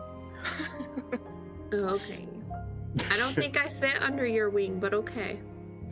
That's fine. It's a metaphor, but I can enlarge. I get bigger. It's okay.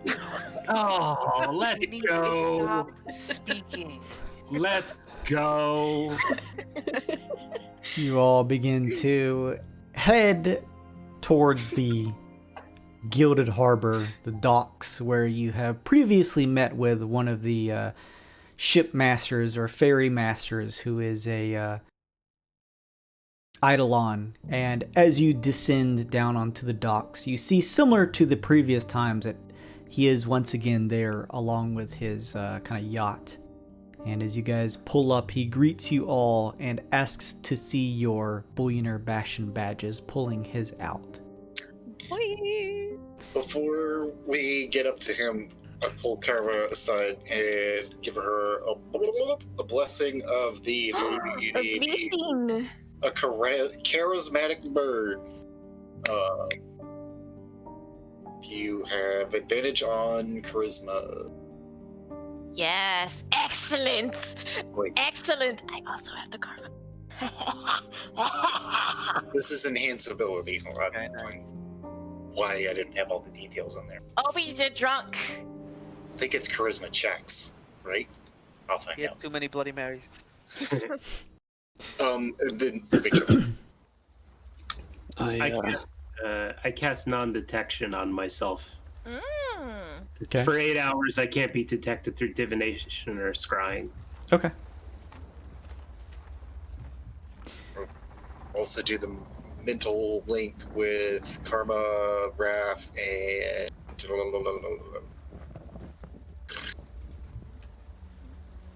Modifa. Get out of my head, Charles. Because I think Modifa's gonna squeal and I'll yell at her in her head. Raphael, I have an open spot in my book for communication. Oh, right. Very well. This isn't like a contract, is it? Not at all. After this, if you want, I'll take your name right out of the book. It's just so I can contact you while we're, here. All right. I sign Raphael's full name. Oh. Which is... Raphael Mazzarelli. Cool. Mazzarelli. Mazzarelli stick. I'll hear none of that! You each step up to the ferry master, and as I was saying before, he pulls out his badge and asks to tap his to each of yours, confirming your identity, making sure you aren't any infiltrators. He taps it to each of your badges, confirming who you are, and says, "Come on aboard." And you hear the splashing sound as two giant seahorses pull themselves up back out of the water, their heads poking up. And if everyone is ready, you can get onto the ferry, and it will begin to head towards Dazel's estate. This is still the same ferryman we've always seen. Same guy as always. Oh, it's good to see you, my friend. Good to see you as well. Always good to see me. How big is this ferry? It's like a yacht size. It's very nice. Oh. It's actually got a nice amount of room to walk around in as it's being pulled by the two seahorses up at the front. Are there any drinks? No drinks on this particular ferry that you see. It's been 2 hours. Thirsty. Yeah, you are. Well, if you deserve it. You drink like a halfling eats. Is that a lot? That's a lot, right? It's quite a bit. She drinks like a dwarf claims that they drink. Oh, that's you've even never more. seen a dwarf drink. Oh, and by the way, Karma, thirsty for you. I'm gonna go on the boat now. Sinful. You each get on the boat. The two seahorses begin to pull it into motion, and it begins to stride across the water as you guys make way for Dazel's estate. Good 15 or so minutes passes on the travel over, passing through on the waters of the large lake/reservoir. The distance making the Gilded Harbor begin to shift into the background and vanish as a lone, tall plateau-like island appears up ahead. You guys reach the docks here, and you see the docks lead up to the rocky side of the island and the various number of stairs that carry up a few floors before reaching the surface where you can head towards Dazel's manor. Keep your head on a swivel. Something feels wrong about this. Oh. Check for bugs. Where?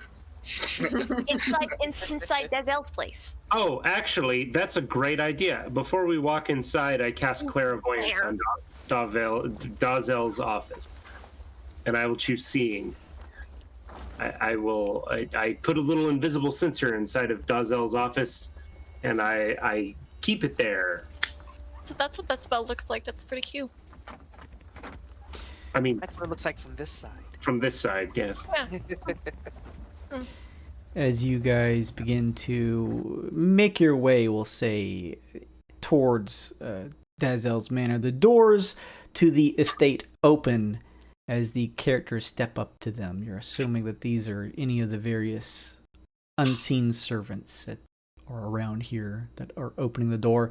As you begin to step into the waiting room, a floating scroll runs up to you, kind of floating through the air, that says, "This way, please," and begins to transition from the entry room past the hallway leading to the briefing room that the players typically meet in. And at this point, the door to Dazel's office, Raphael, is actually closed. Well, I don't need to see into it to cast clairvoyance. I just need to have been there before. Okay, and what would clairvoyance give you? It just lets me see what's in there. Okay. For a little while. Does this happen immediately? So would this activate right now as you guys are kind of walking to the hallway? I would have had to cast it before we went inside because it does take 10 minutes to cast. Oh, okay. Well, then we can say you do this if you'd like. Yeah. I'd like to before we go in, just because Raphael thinks something is suspicious of this. So everyone is going to kind of hang out outside before entering into the manor. Have a smoke. Okay. Everyone sort of waits outside the manor. As you all do, kind of just hanging out outside, waiting for Raphael to finish this up. You see the tree line of sort of like the jungle-like area that sort of folds out from the sides of the manor. This entryway made in cobblestone that leads up to it. There's a tree line of various tropical-looking trees. Karma, you notice in the trees, somewhere in the grass, as you're just sort of like poking around waiting for Raphael to finish it, probably about the 5 or 6 minute mark, maybe 7, you notice a small wooden sign. It only goes up to about like 3 or so feet and seems to be pulled back, almost hidden in the uprooting grass here. It's kind of covered in vines and has some green smears like it's been here for a while. It has on it what looks like some type of paint, although it seems like it's had some amount of wear to it. And on the sign, it reads, "No trespassing." And underneath that is, although very, we'll say like very corroded and almost difficult to make out, is the image painted of an arm vorax. Raphael, you finish your spell, and you immediately are able to peer into the office, right? Yes, I can choose hearing or sight, and I can swap between the two. Well, what one did you pick right now? Sight. You see into the room all of the standard things you would normally see, except for Dazel. She's not there. Okay. Or they are not there. Sorry. So no Dazel. I swapped to hearing to see if I can hear anything. You swap the hearing and can hear the subtle sound of the waves around the island kind of lashing up against the sides. Other than that, it's quiet. Well, I'll keep it there for another 10 minutes. I can leave it there. Sure. But I say no sign of Dazel in her office. Perhaps she's waiting for us elsewhere. Seems odd. Wait, where are we right now? I'm sorry. Outside. Dazel's. We kind of rewind just a little bit. So you guys are outside because it takes Raphael 10 minutes to cast his spell. So you just kind of waited outside. Okay. Outside of our office? Outside of the entire manor. Okay. Yeah. The manor we usually meet her at. Or Correct. them at, Yeah. Right? Okay. Okay. The mana goes down, I think. Can I do a perception? Does anything seem different than last time we were here? Sure, you can make a perception Like check. something out of place, or just something that wasn't there that is, or Sure. was there and is not now? Olbies has very sharp eyes. His passive perception is 19. Neither of you guys see anything out of place. I do not know why you guys are so worried. He's just a mistake. Jason, I think I might be having a little bit of a karma brain as well. What? So the sign with the Ormvirax is that this, they were in a pit, right? They were in a pit on an island. That is the Right. story Lam told you, yes. Okay. Okay. I think we should go inside. You said there was no one in the office? I'm gonna open the door and go inside. Okay. It's similar to before. The doors open as you guys kind of are a couple feet away, and a floating sign in a nice written cursive script says, "Please follow," and begins to float through. It follows through the hallway, as mentioned before, that kind of leads past the normal meeting room, the briefing room that you would all go into regularly. This time it is closed, and continues on from there.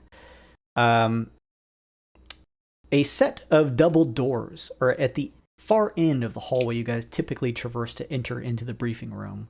The floating scroll floats over and the double doors open, and you see that the area out here that it is ushering you into is a spacious outside terrace. Oh. It's nice. Hang on just a second. Oh, this is real nice. A large, you all step outside seeing a large T-shaped pool that stretches out before you. Two large cabanas are set on both sides at the far end. Closer to them on both sides of the T-shaped pool are a number of beach sun loungers. All of them empty except for one.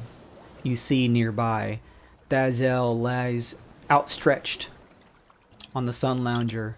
They wear a one-piece bathing suit of a maroon and gold color. Gemstones run up the sides. Their hands lay at their sides, their hair outstretched and gripping a mirrored reflector to catch more sun. Here, I'll show Dazel here. As you arrive, the scroll that ushered you this way is set down at a nearby shaded table. Let's see. A tray on it with a large reflective visor floats up, then over to Dazel.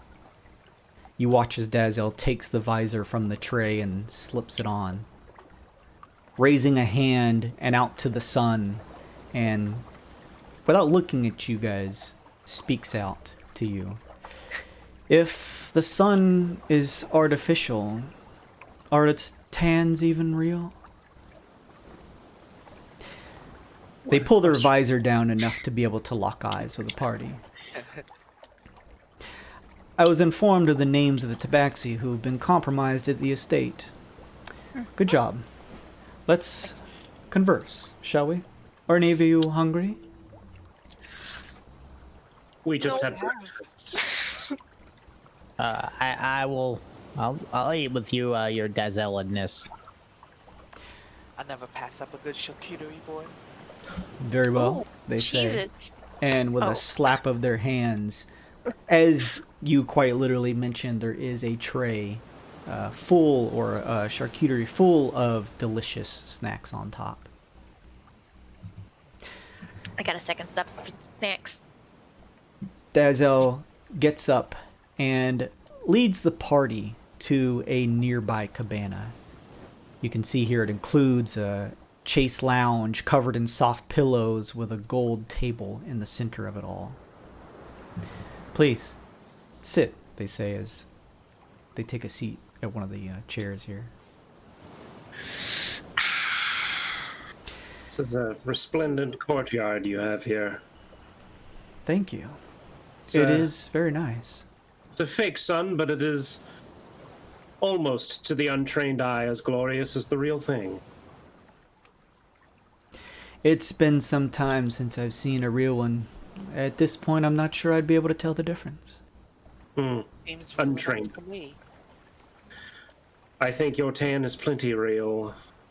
We only have the evidence of what our eyes give us, after all. Oh, or was that a facetious question? I suppose, real or not, reality is what we make of it. As you all take your seats, another tray floats over. This one covered with a number of, I believe it's just flute glasses, and what looks like a bottle of champagne. The bottle floats off the tray, and the sound of its popping cork breaks the serene ambience of the terrace. You can all see it is covered with a label that says Lushies Euphorica on it. Ooh, I can't pass this up. That's how we're getting paid, his side hustle. The glasses are filled, and they lift up with invisible hands and are spread out to each of you. One to Dazel as well.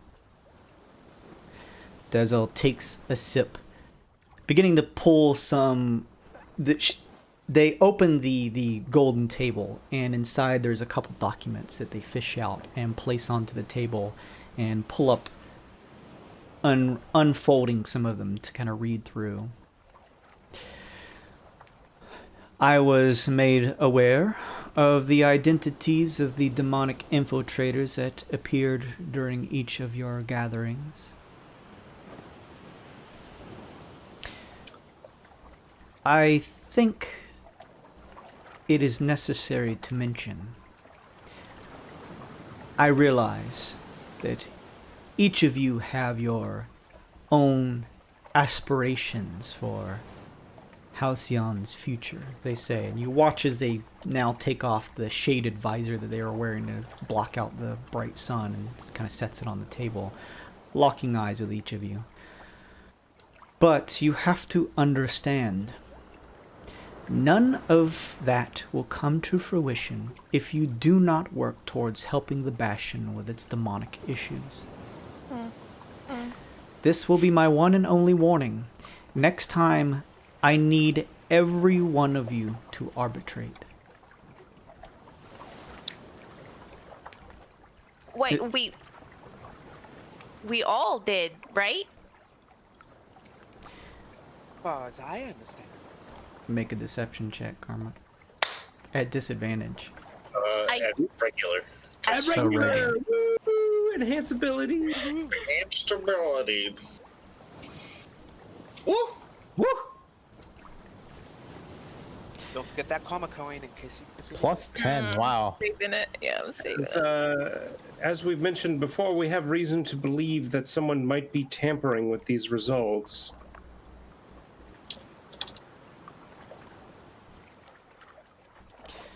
Dazel leans back. I did not expect this from you. Pardon? Specifically what? Why are you not telling me the truth? About specifically what? It is clear that not all of you arbitrated. I don't understand. Perhaps none of you have shared it with one another. How many arbitrations did you receive? We all arbitrated. All but one.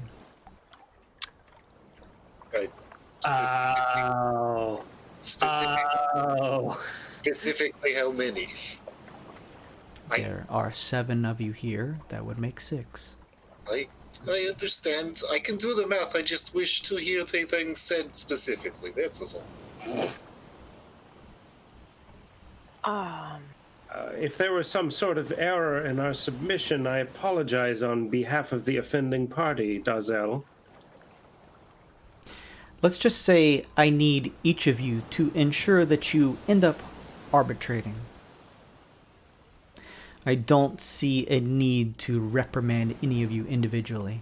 Just know that I am aware of who decides to sidestep the process, and in doing so, makes this entire operation completely null. Why would you even be here, if not to help us with our issues? Insight check. Sure. I don't know if this is 2 different insights, but I would like to insight why would we be here if not to vote for them? and if she really is telling us the truth about that she got 7 last time too. Would it be perception or insight to see if she looked at any of us specifically? Insight. Okay. That's all I want to know, if she was looking at me. Vip, with your insight, are you just testing the validity of what she said? Or they said? Specifically the why would you be here if you're not trying to vote? You detect just the slightest bit under the veneer of professionalism, a little bit of aggravation. They seem like they are being honest and do not understand why you're being paid big bucks not to arbitrate at the end of a mission. You'll have to forgive OBs at all. We are in a difficult position and understand if you are less than pleased with the results of last mission. I'm going to inspire OBs. And OBs, from this check, are you going to roll this extra D8 on top of that, or is that for the next one? I have to do it before. This is Okay. for the next setting. Gotcha. Okay. With that insight, it sounds like they're being honest, OBs. You don't detect any hint of irregularity. Cassius, with an 18, you do detect the quick flitter of Dazel's eyes looking at you as they finish saying all this. To bridge the gap of the insight check, I will say, I do wonder though, why is it that we were selected? What is it that's shown out about us individually? See, I have a theory, okay, and it includes what we call microcosms. They are... There's this thing with nesting dolls he won't shut up about. It's something about a duck inside of a chicken inside of a turkey. It is My favorite. It is relevant to we. Let me just go on the record in saying that the eyes of the Arbiter, the artifact you use to carry out your arbitrations, are a family heirloom, if you will, that has existed since the inception of Halcyon. It has been tried and tested by the Gilderkins as well as their retinue of mages. I assure you, it should carry through with all of your arbitrations. My question is, why did you pick us? I did not pick you, the Gilderkins did. Yeah, As to the reason why they chose such an eccentric band of yourselves, that's not for me to ask. Ideas, theories floating in the office. Let's just say I have plenty of things to focus on, and that just does not have any free space in the mind to wonder on. It would be a question that would have no answer for me. Thus, I toss it out and do not worry about it. You are here for a reason. The Gilderkins chose you. Clearly they had intent behind their decisions, and I will carry through with their orders. Can I send them a memo, or... I'm kidding. I'm just filling time. You said that they left, yes? Are they here? Currently they are off-world. Not to pry, but is there any reason why? Yes, they were in danger. This was in session 1, my friend. No, I understand. They spoke of it before, but... The reason for their leave is a matter of great importance, and unfortunately for us, confidential. So Right. You're in the dark as well on this. To some degree. To the best of our knowledge. Well, While everybody's talking and stuff, can I have Sparky like fly around this pool area? Sure. And I don't know if Dazel's looking for it, then try to do it sneakily. If you need me to roll. Dazel would watch as it begins to take off, so unless you're trying to be... If you want to make a stealth check, you can. But Sparky's like right there on your shoulder, so it would likely attract their attention. So can I still roll stealth? Yeah. You just need to be sneaky about it. 18. You kind of sneak it off in the midst of this conversation, and you don't notice the attention of Dazel's eyes being pulled away to notice as it kind of begins to make a round of the pool area here. And it's looking for any other people. Sure. So you know. Begins to fly around. As you all finish, Dazel says, I must applaud you getting back to business, with your group being able to carry out your previous investigation with little incident. The only report I received to officials was that there was a broken window at the Glamourpuss estate. Oh, that's it? Broken window. That's it. Must have been that court that got away. So, with the information that you were able to give me, is there any other pertinent information that you'd like to share along with the names of the demons in disguise that was shared to us through your arbitration? Now I want an insight checker. It's like vibrating in the back. Sure. Is she expecting us to say, like, does she look like she knows more than what she's saying? Like, does Okay. she look like... Yeah, make a check.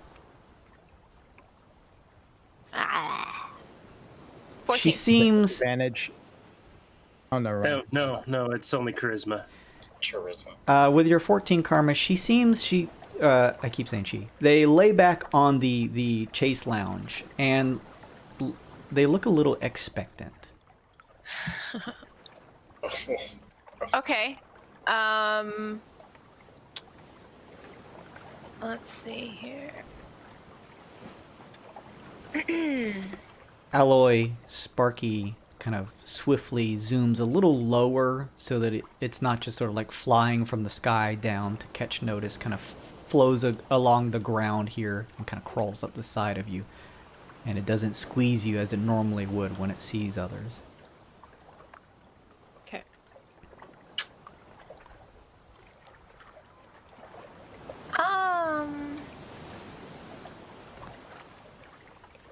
I mean, the only weird thing that happened that I could think of...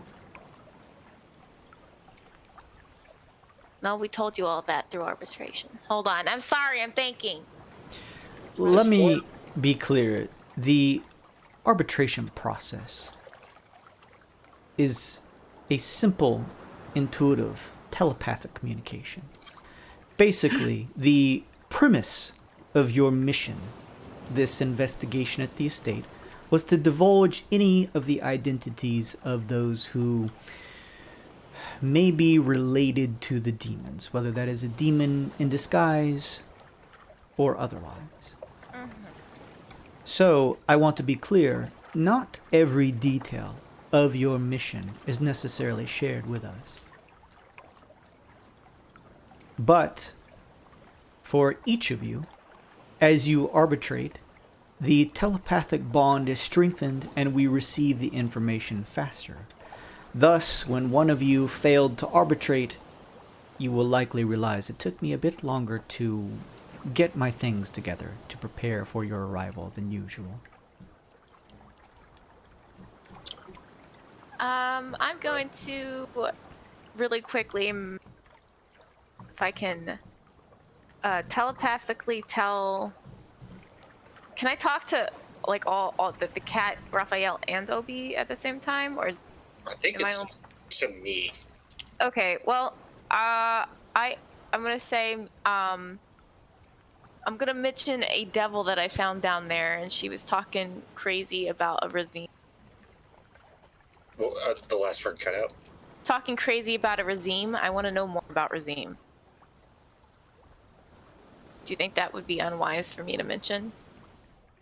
I will shout that to Ref, because I don't know. Ref says he was going to ask about it anyway. Obi says, hold please. All right. Okay, Karma, yes, he says go for it. Okay. There was... No, okay, yeah, he says go for it. There was an interesting thing that we found down in the basement.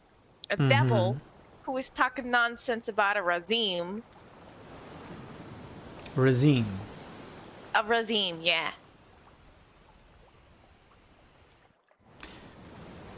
Is there any pertinent information that this devil shared with you about this individual Razim? No. You learned what his profession was, yes? Oh, yeah, no. He made the sun, right? That's correct. Razim was an archmage during Halcyon's early days and was chiefly responsible for the creation of its artificial star, or sun, as most of us just call it. Why would a devil be talking about Razim in the house of a demon? Or in a house full of demons? After the completion of this project, Razim disappeared. Their records were wiped. Okay. I'm unsure why the demons would be looking for Razim if they would know that he's been long since dead. How did he die exactly? And when? He was human, and Halcyon was established quite long ago. So one can assume, if not through some tragic accident upon the disappearance, age was likely the determining factor. And he was buried in a mausoleum, a grave? We don't know what happened. Disappeared. I am only assuming Razim died of old age. After his disappearance, the records on him, even within the Bullionaire company, were stripped. Who stripped them? Don't know. They gotta be somewhere. Nobody just gets rid of information and trashes it. They store it somewhere. It's gotta be somewhere. I know you've just said that you don't always give us all of the information, but I have reason to believe that there may be a plot by some nefarious organization involving that artificial sun, and it is somehow related to Razim and his work. Oh, one can only assume it's the demons. Yes, my thoughts exactly. I don't suppose this is in any way related to our next task for the Bastion. I want to clear the air here with you all. I do not purposely try to be deceitful to you. I am honest with you. There are some things that I cannot share as part of my job duties that I am held to secrecy to. I actually understand completely. Are you contracted to do such? Of course. So, when I come off as vague, do not take it as a sense of me being rude or meandering to you all. It is simply part of my job. Of course, that wasn't my implication. I'm merely asking a question. Do you know what our next mission is? And if so, could it be somehow related to these seemingly connected events, related to Razim? Dazel flips through a couple pages of parchment in their hand and says, "Your next assignment," and it looks as though they're reading off the scroll here that they have in their hands. "You're going to be investigating a brewery on the Lux side for possible demonic infiltration." As Dazel finishes saying this, their eyes looks up from the paper and just sort of like stares at the table for a second or two.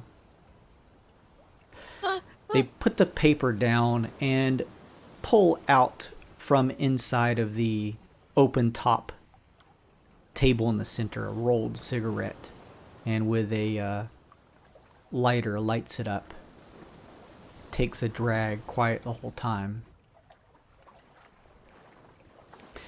Dazel licks her lips. Actually, change of plans. I am aware that you are already meeting with 2 other factions, correct? The Quill, as you mentioned, and the Resplendent? We had gauged them for information, yes. In this respect, I think it pertinent to perhaps gauge them again. See what information you can garner from the 2 about Razim, or the specifics of the guilds, the demon's interest in him. This seems agreeable. I suppose we've established at least somewhat of a rapport with both of these dastardly organizations. We may need more bargaining chips, though. Well, first, let me offer this, they say, and they set out their black Bullionaire Bastion badge and asks each of you to tap it to theirs. I like the gold implication, and he clicks his badge.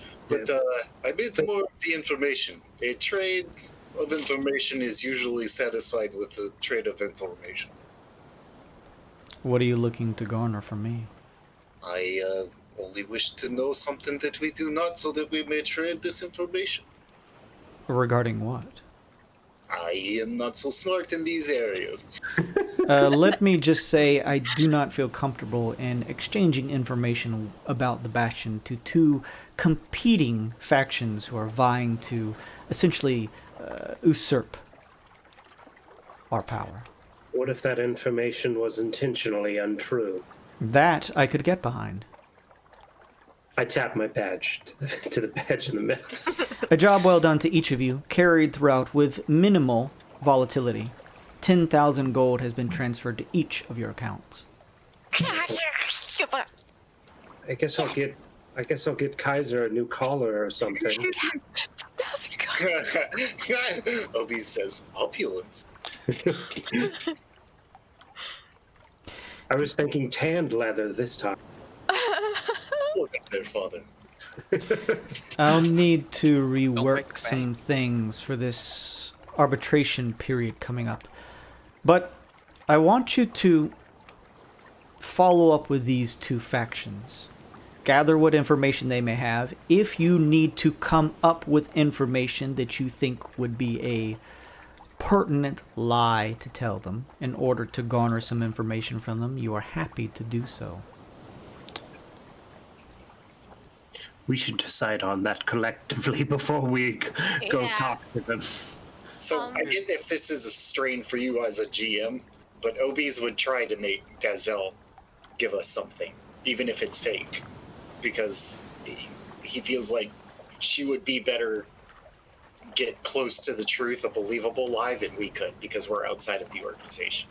I'd like to assist him if he's trying to do that and ask her a question as well. All right, how do you guys carry that out? I guess just a persuasion. Okay. You have inspiration. Yeah, I was gonna say I would mind blob karma to do that. Do what? Oh, I'm sorry. No, what? I'm so sorry. You're good. We're trying to get Gazelle to make up the lie that we're gonna tell. Oh, okay. That's all. It would really help us in appearing genuine to the other parties if you told us something. Even if it's fake, it just has to be convincing. Yeah. Anything. You have the advantage on the check now. I'm doing persuasion? Yeah. Okay. Persuasion. That's 18. Dazel takes another drag, their hair extending to grab the end of the rolled cigarette and holding it away as a finger runs along their chin.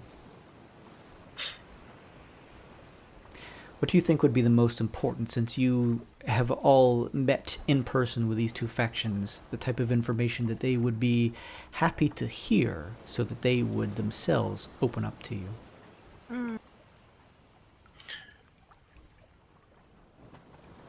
That's a good question. They want more followers. Both parties do. How about an approximation of each other's strengths? Surely you have some grade on how dangerous each faction is. Maybe you'll give us that approximation. I could do that. I could also fabricate some schedules of the various members who work at the Bastion. Trying to get anything done in Halcyon is difficult if you don't know the schedule that each individual carries on about, considering the unique nature of day and night here. It would be pertinent to either of their factions if they're looking to assume more followers that they have a fabricated list of the schedules for each of our members. This would give them an idea on when they could perhaps try to subsume these positions themselves, though of course these schedules would be false, and the members' names hidden for accuracy, or secrecy rather. Sure. And then when we get called on it, we'll simply say that the other faction scared them off of their schedule. Blame the other party for ruining it. It's going to be my question. Okay, I'm there. I like this now. Whatever works for you, that would be assigning blame outside of each of us, so that works for me.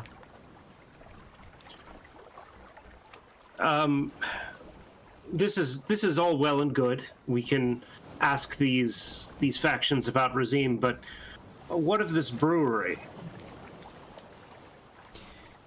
You watch as Dazel looks down at the note that they seem to be reading off of regarding the brewery, and they fold it back up and place it into the table, and they say, "Don't worry about the brewery. This is more pertinent."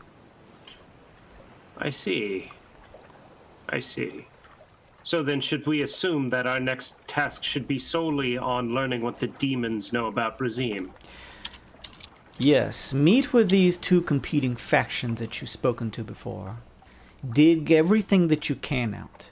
This next arbitration shall not be names, but information relegated to the individual of Razim.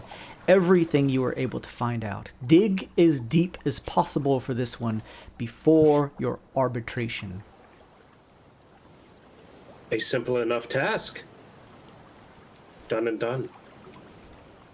Cassius is going to walk over and, before he touches his badge, stare Dazel down and say, "You work for the Bastion, but who do you believe is right for this place? Who do you believe in?"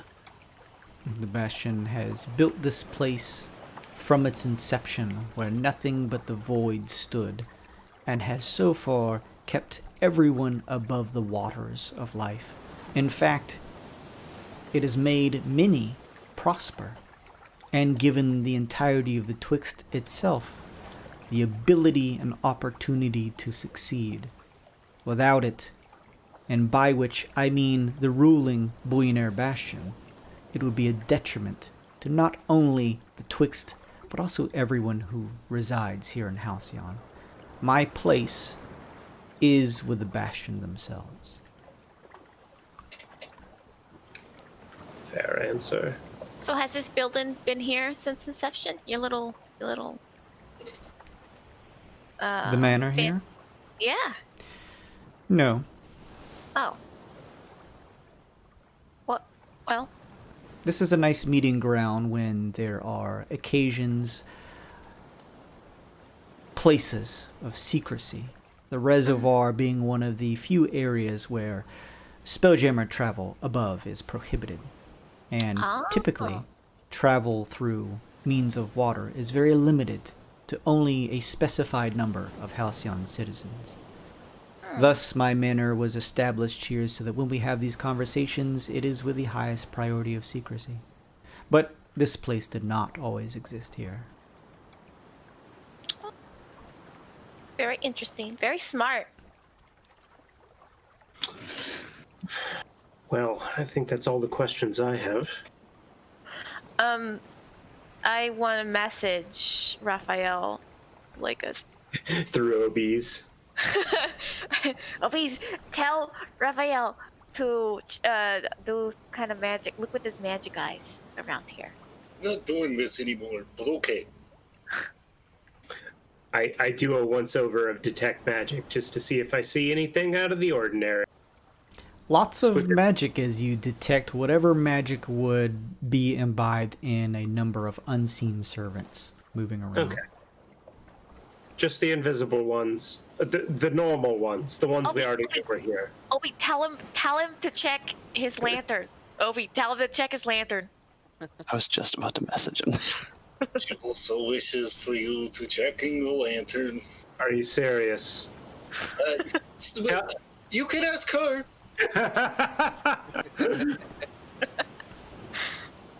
Hold on 1 second, I'm thinking.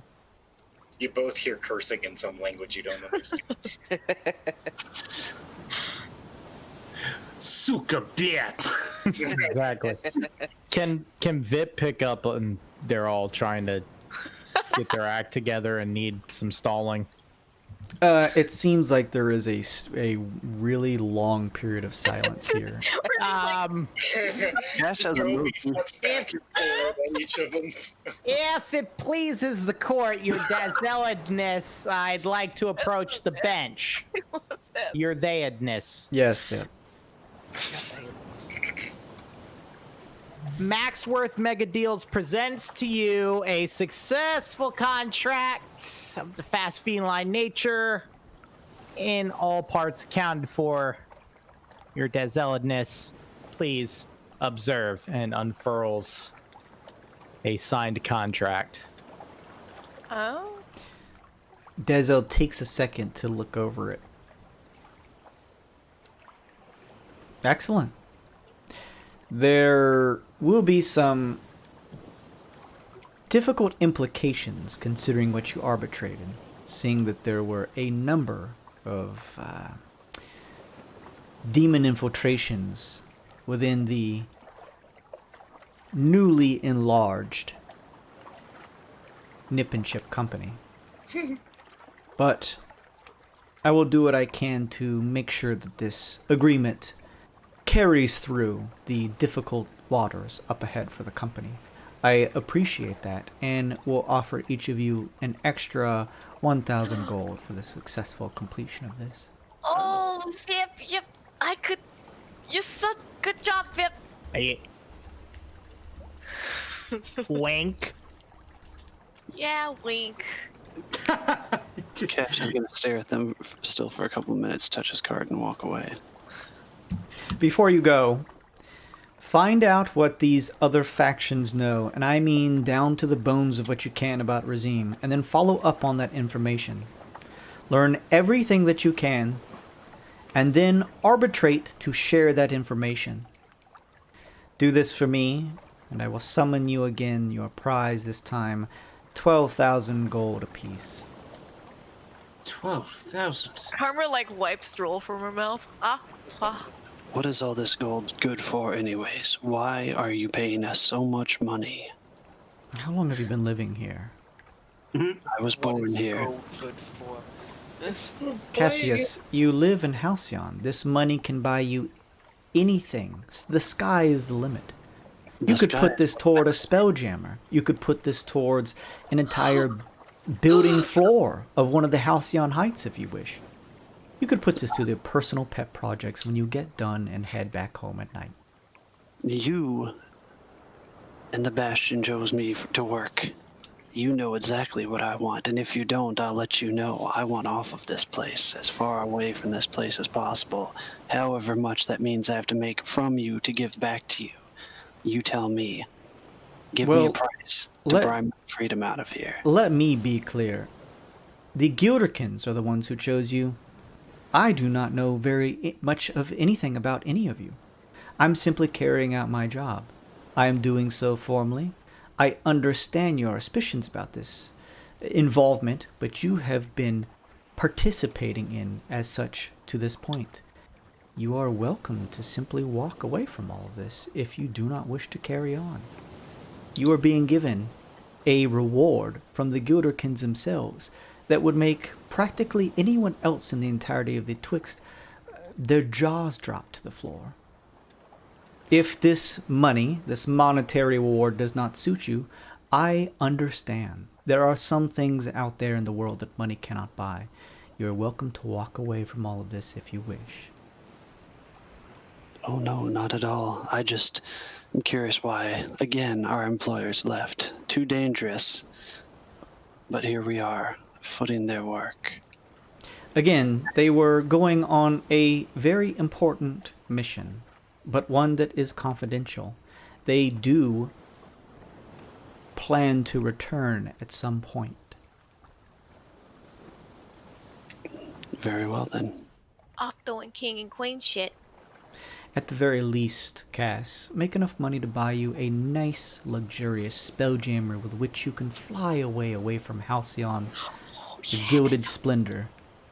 And, I don't know, live somewhere less nice.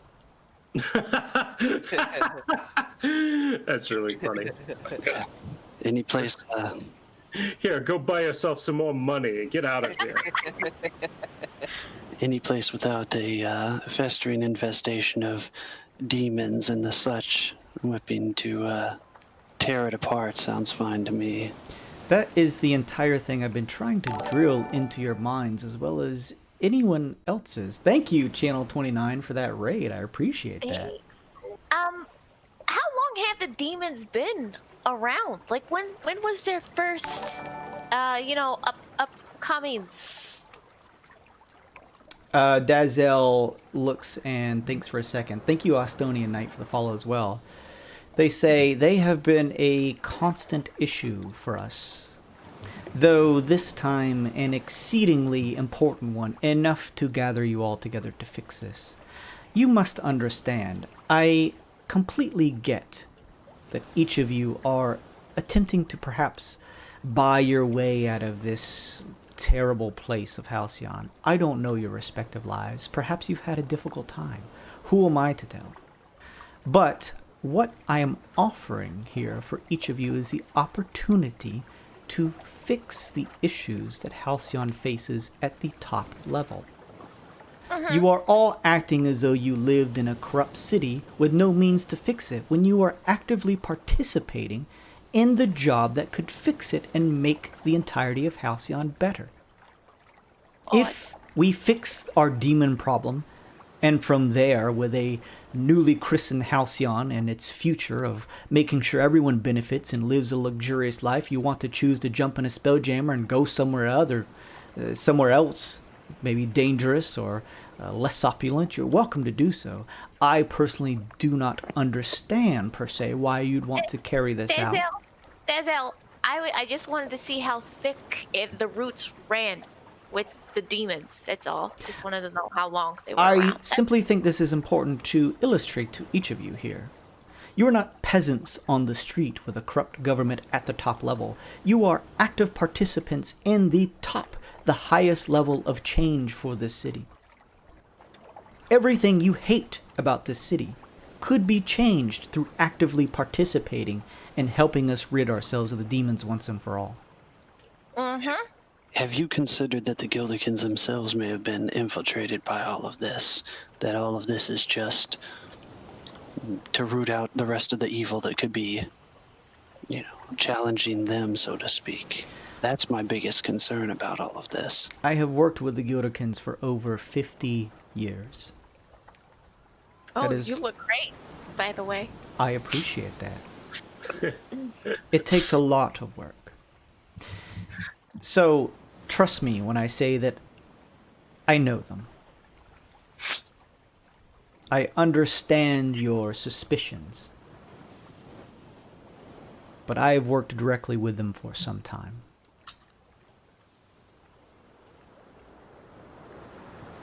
All I'm saying is that perhaps, maybe some of you take some time, those of you who are so willing to run away when this is all over, to understand that hopefully, with you all working together, when this is all over, things will be much better. Perhaps all of your particular indignities towards this city could possibly be cured by the end of all of this, or at least the most large of those. Fair enough. Whatever personal vendetta you have towards this place, Cass, could be solved by removing the demons here and turning a new leaf for both the Bastion and Halcyon. And one that you can actively have a hand in.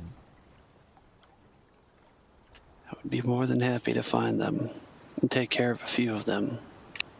I feel like we haven't done enough action. We've been snooping a little too much.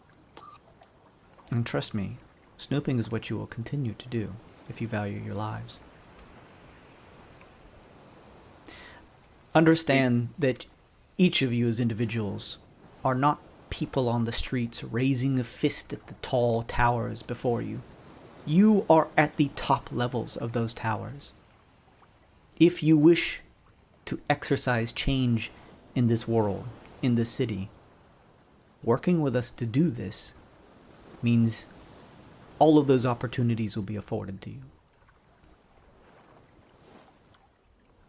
And that's what we plan on doing. Some things to think about. Work together to root out these demons. Right. Well, I think we all have our charge here. Good. If you have questions, concerns, I will be happy to meet with you again once you have finished this arbitration. And I hope you do not take my professionalism as a rude nature to any of you. I'm simply doing my job, is all. I see a mark of a professional. No slaves here. Could I take an insight check before we leave on her little speech to us? Sure. Just if she's being... Do I feel that she's truthful? Sure. Oh. How are they feeling? Story crit. Wow, natty 20, yeah. With your natty 20, it sounds as though everything Dazel is telling you all as you begin to finish up whatever pieces from the charcuterie you begin to eat, and maybe finish up of your champagne and begin heading out after finishing conversations with Dazel. Everything that Dazel told you, Cass, specifically towards you in terms of trying to make a better future for Halcyon, with that check, seems like something Dazel wants. All right. But there is something belying in the tone at which they deliver it that makes you truly wonder if it is possible.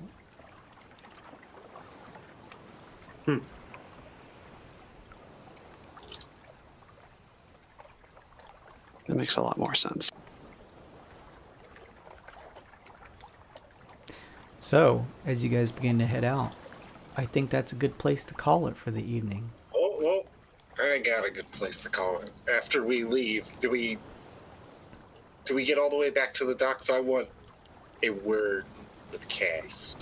You all head back through the area here of the patio. Again, a note floats up through the air, sort of like ushering you through, very, very professional like in a lavish estate like this, as an unseen servant walks you back through the area.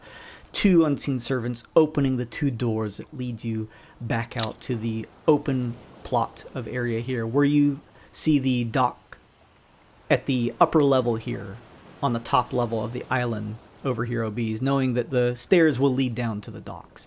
You hear the doors close behind you in the estate. I had one thing for Dazel as we were leaving. The last bottle of wine was for Dazel specifically. 6 for the group and then 1 for Dazel. I hand it to them as we're walking out and say, my apologies. Remember, if we're supposed to be investigating things, I thought I would test my employer at least. I have to be sure that we're doing the right thing. My apologies to you and the Bastion. This is a gift from me to you for our workings. I appreciate that, Cass. Consider the payment that I'm giving to each of you as an opportunity. Money here in Halcyon simply means opportunity, and you are being given a lot. And then they take it and wave you off. You guys begin to head towards the upper stairs that's going to lead down to the docks. Do you want to do anything, OBs? Yeah, so I think for a cool scene, like maybe Cash was delivering all that message as everybody was filing out. He finally is the last one out the door, and Obese is leaning up against the other side.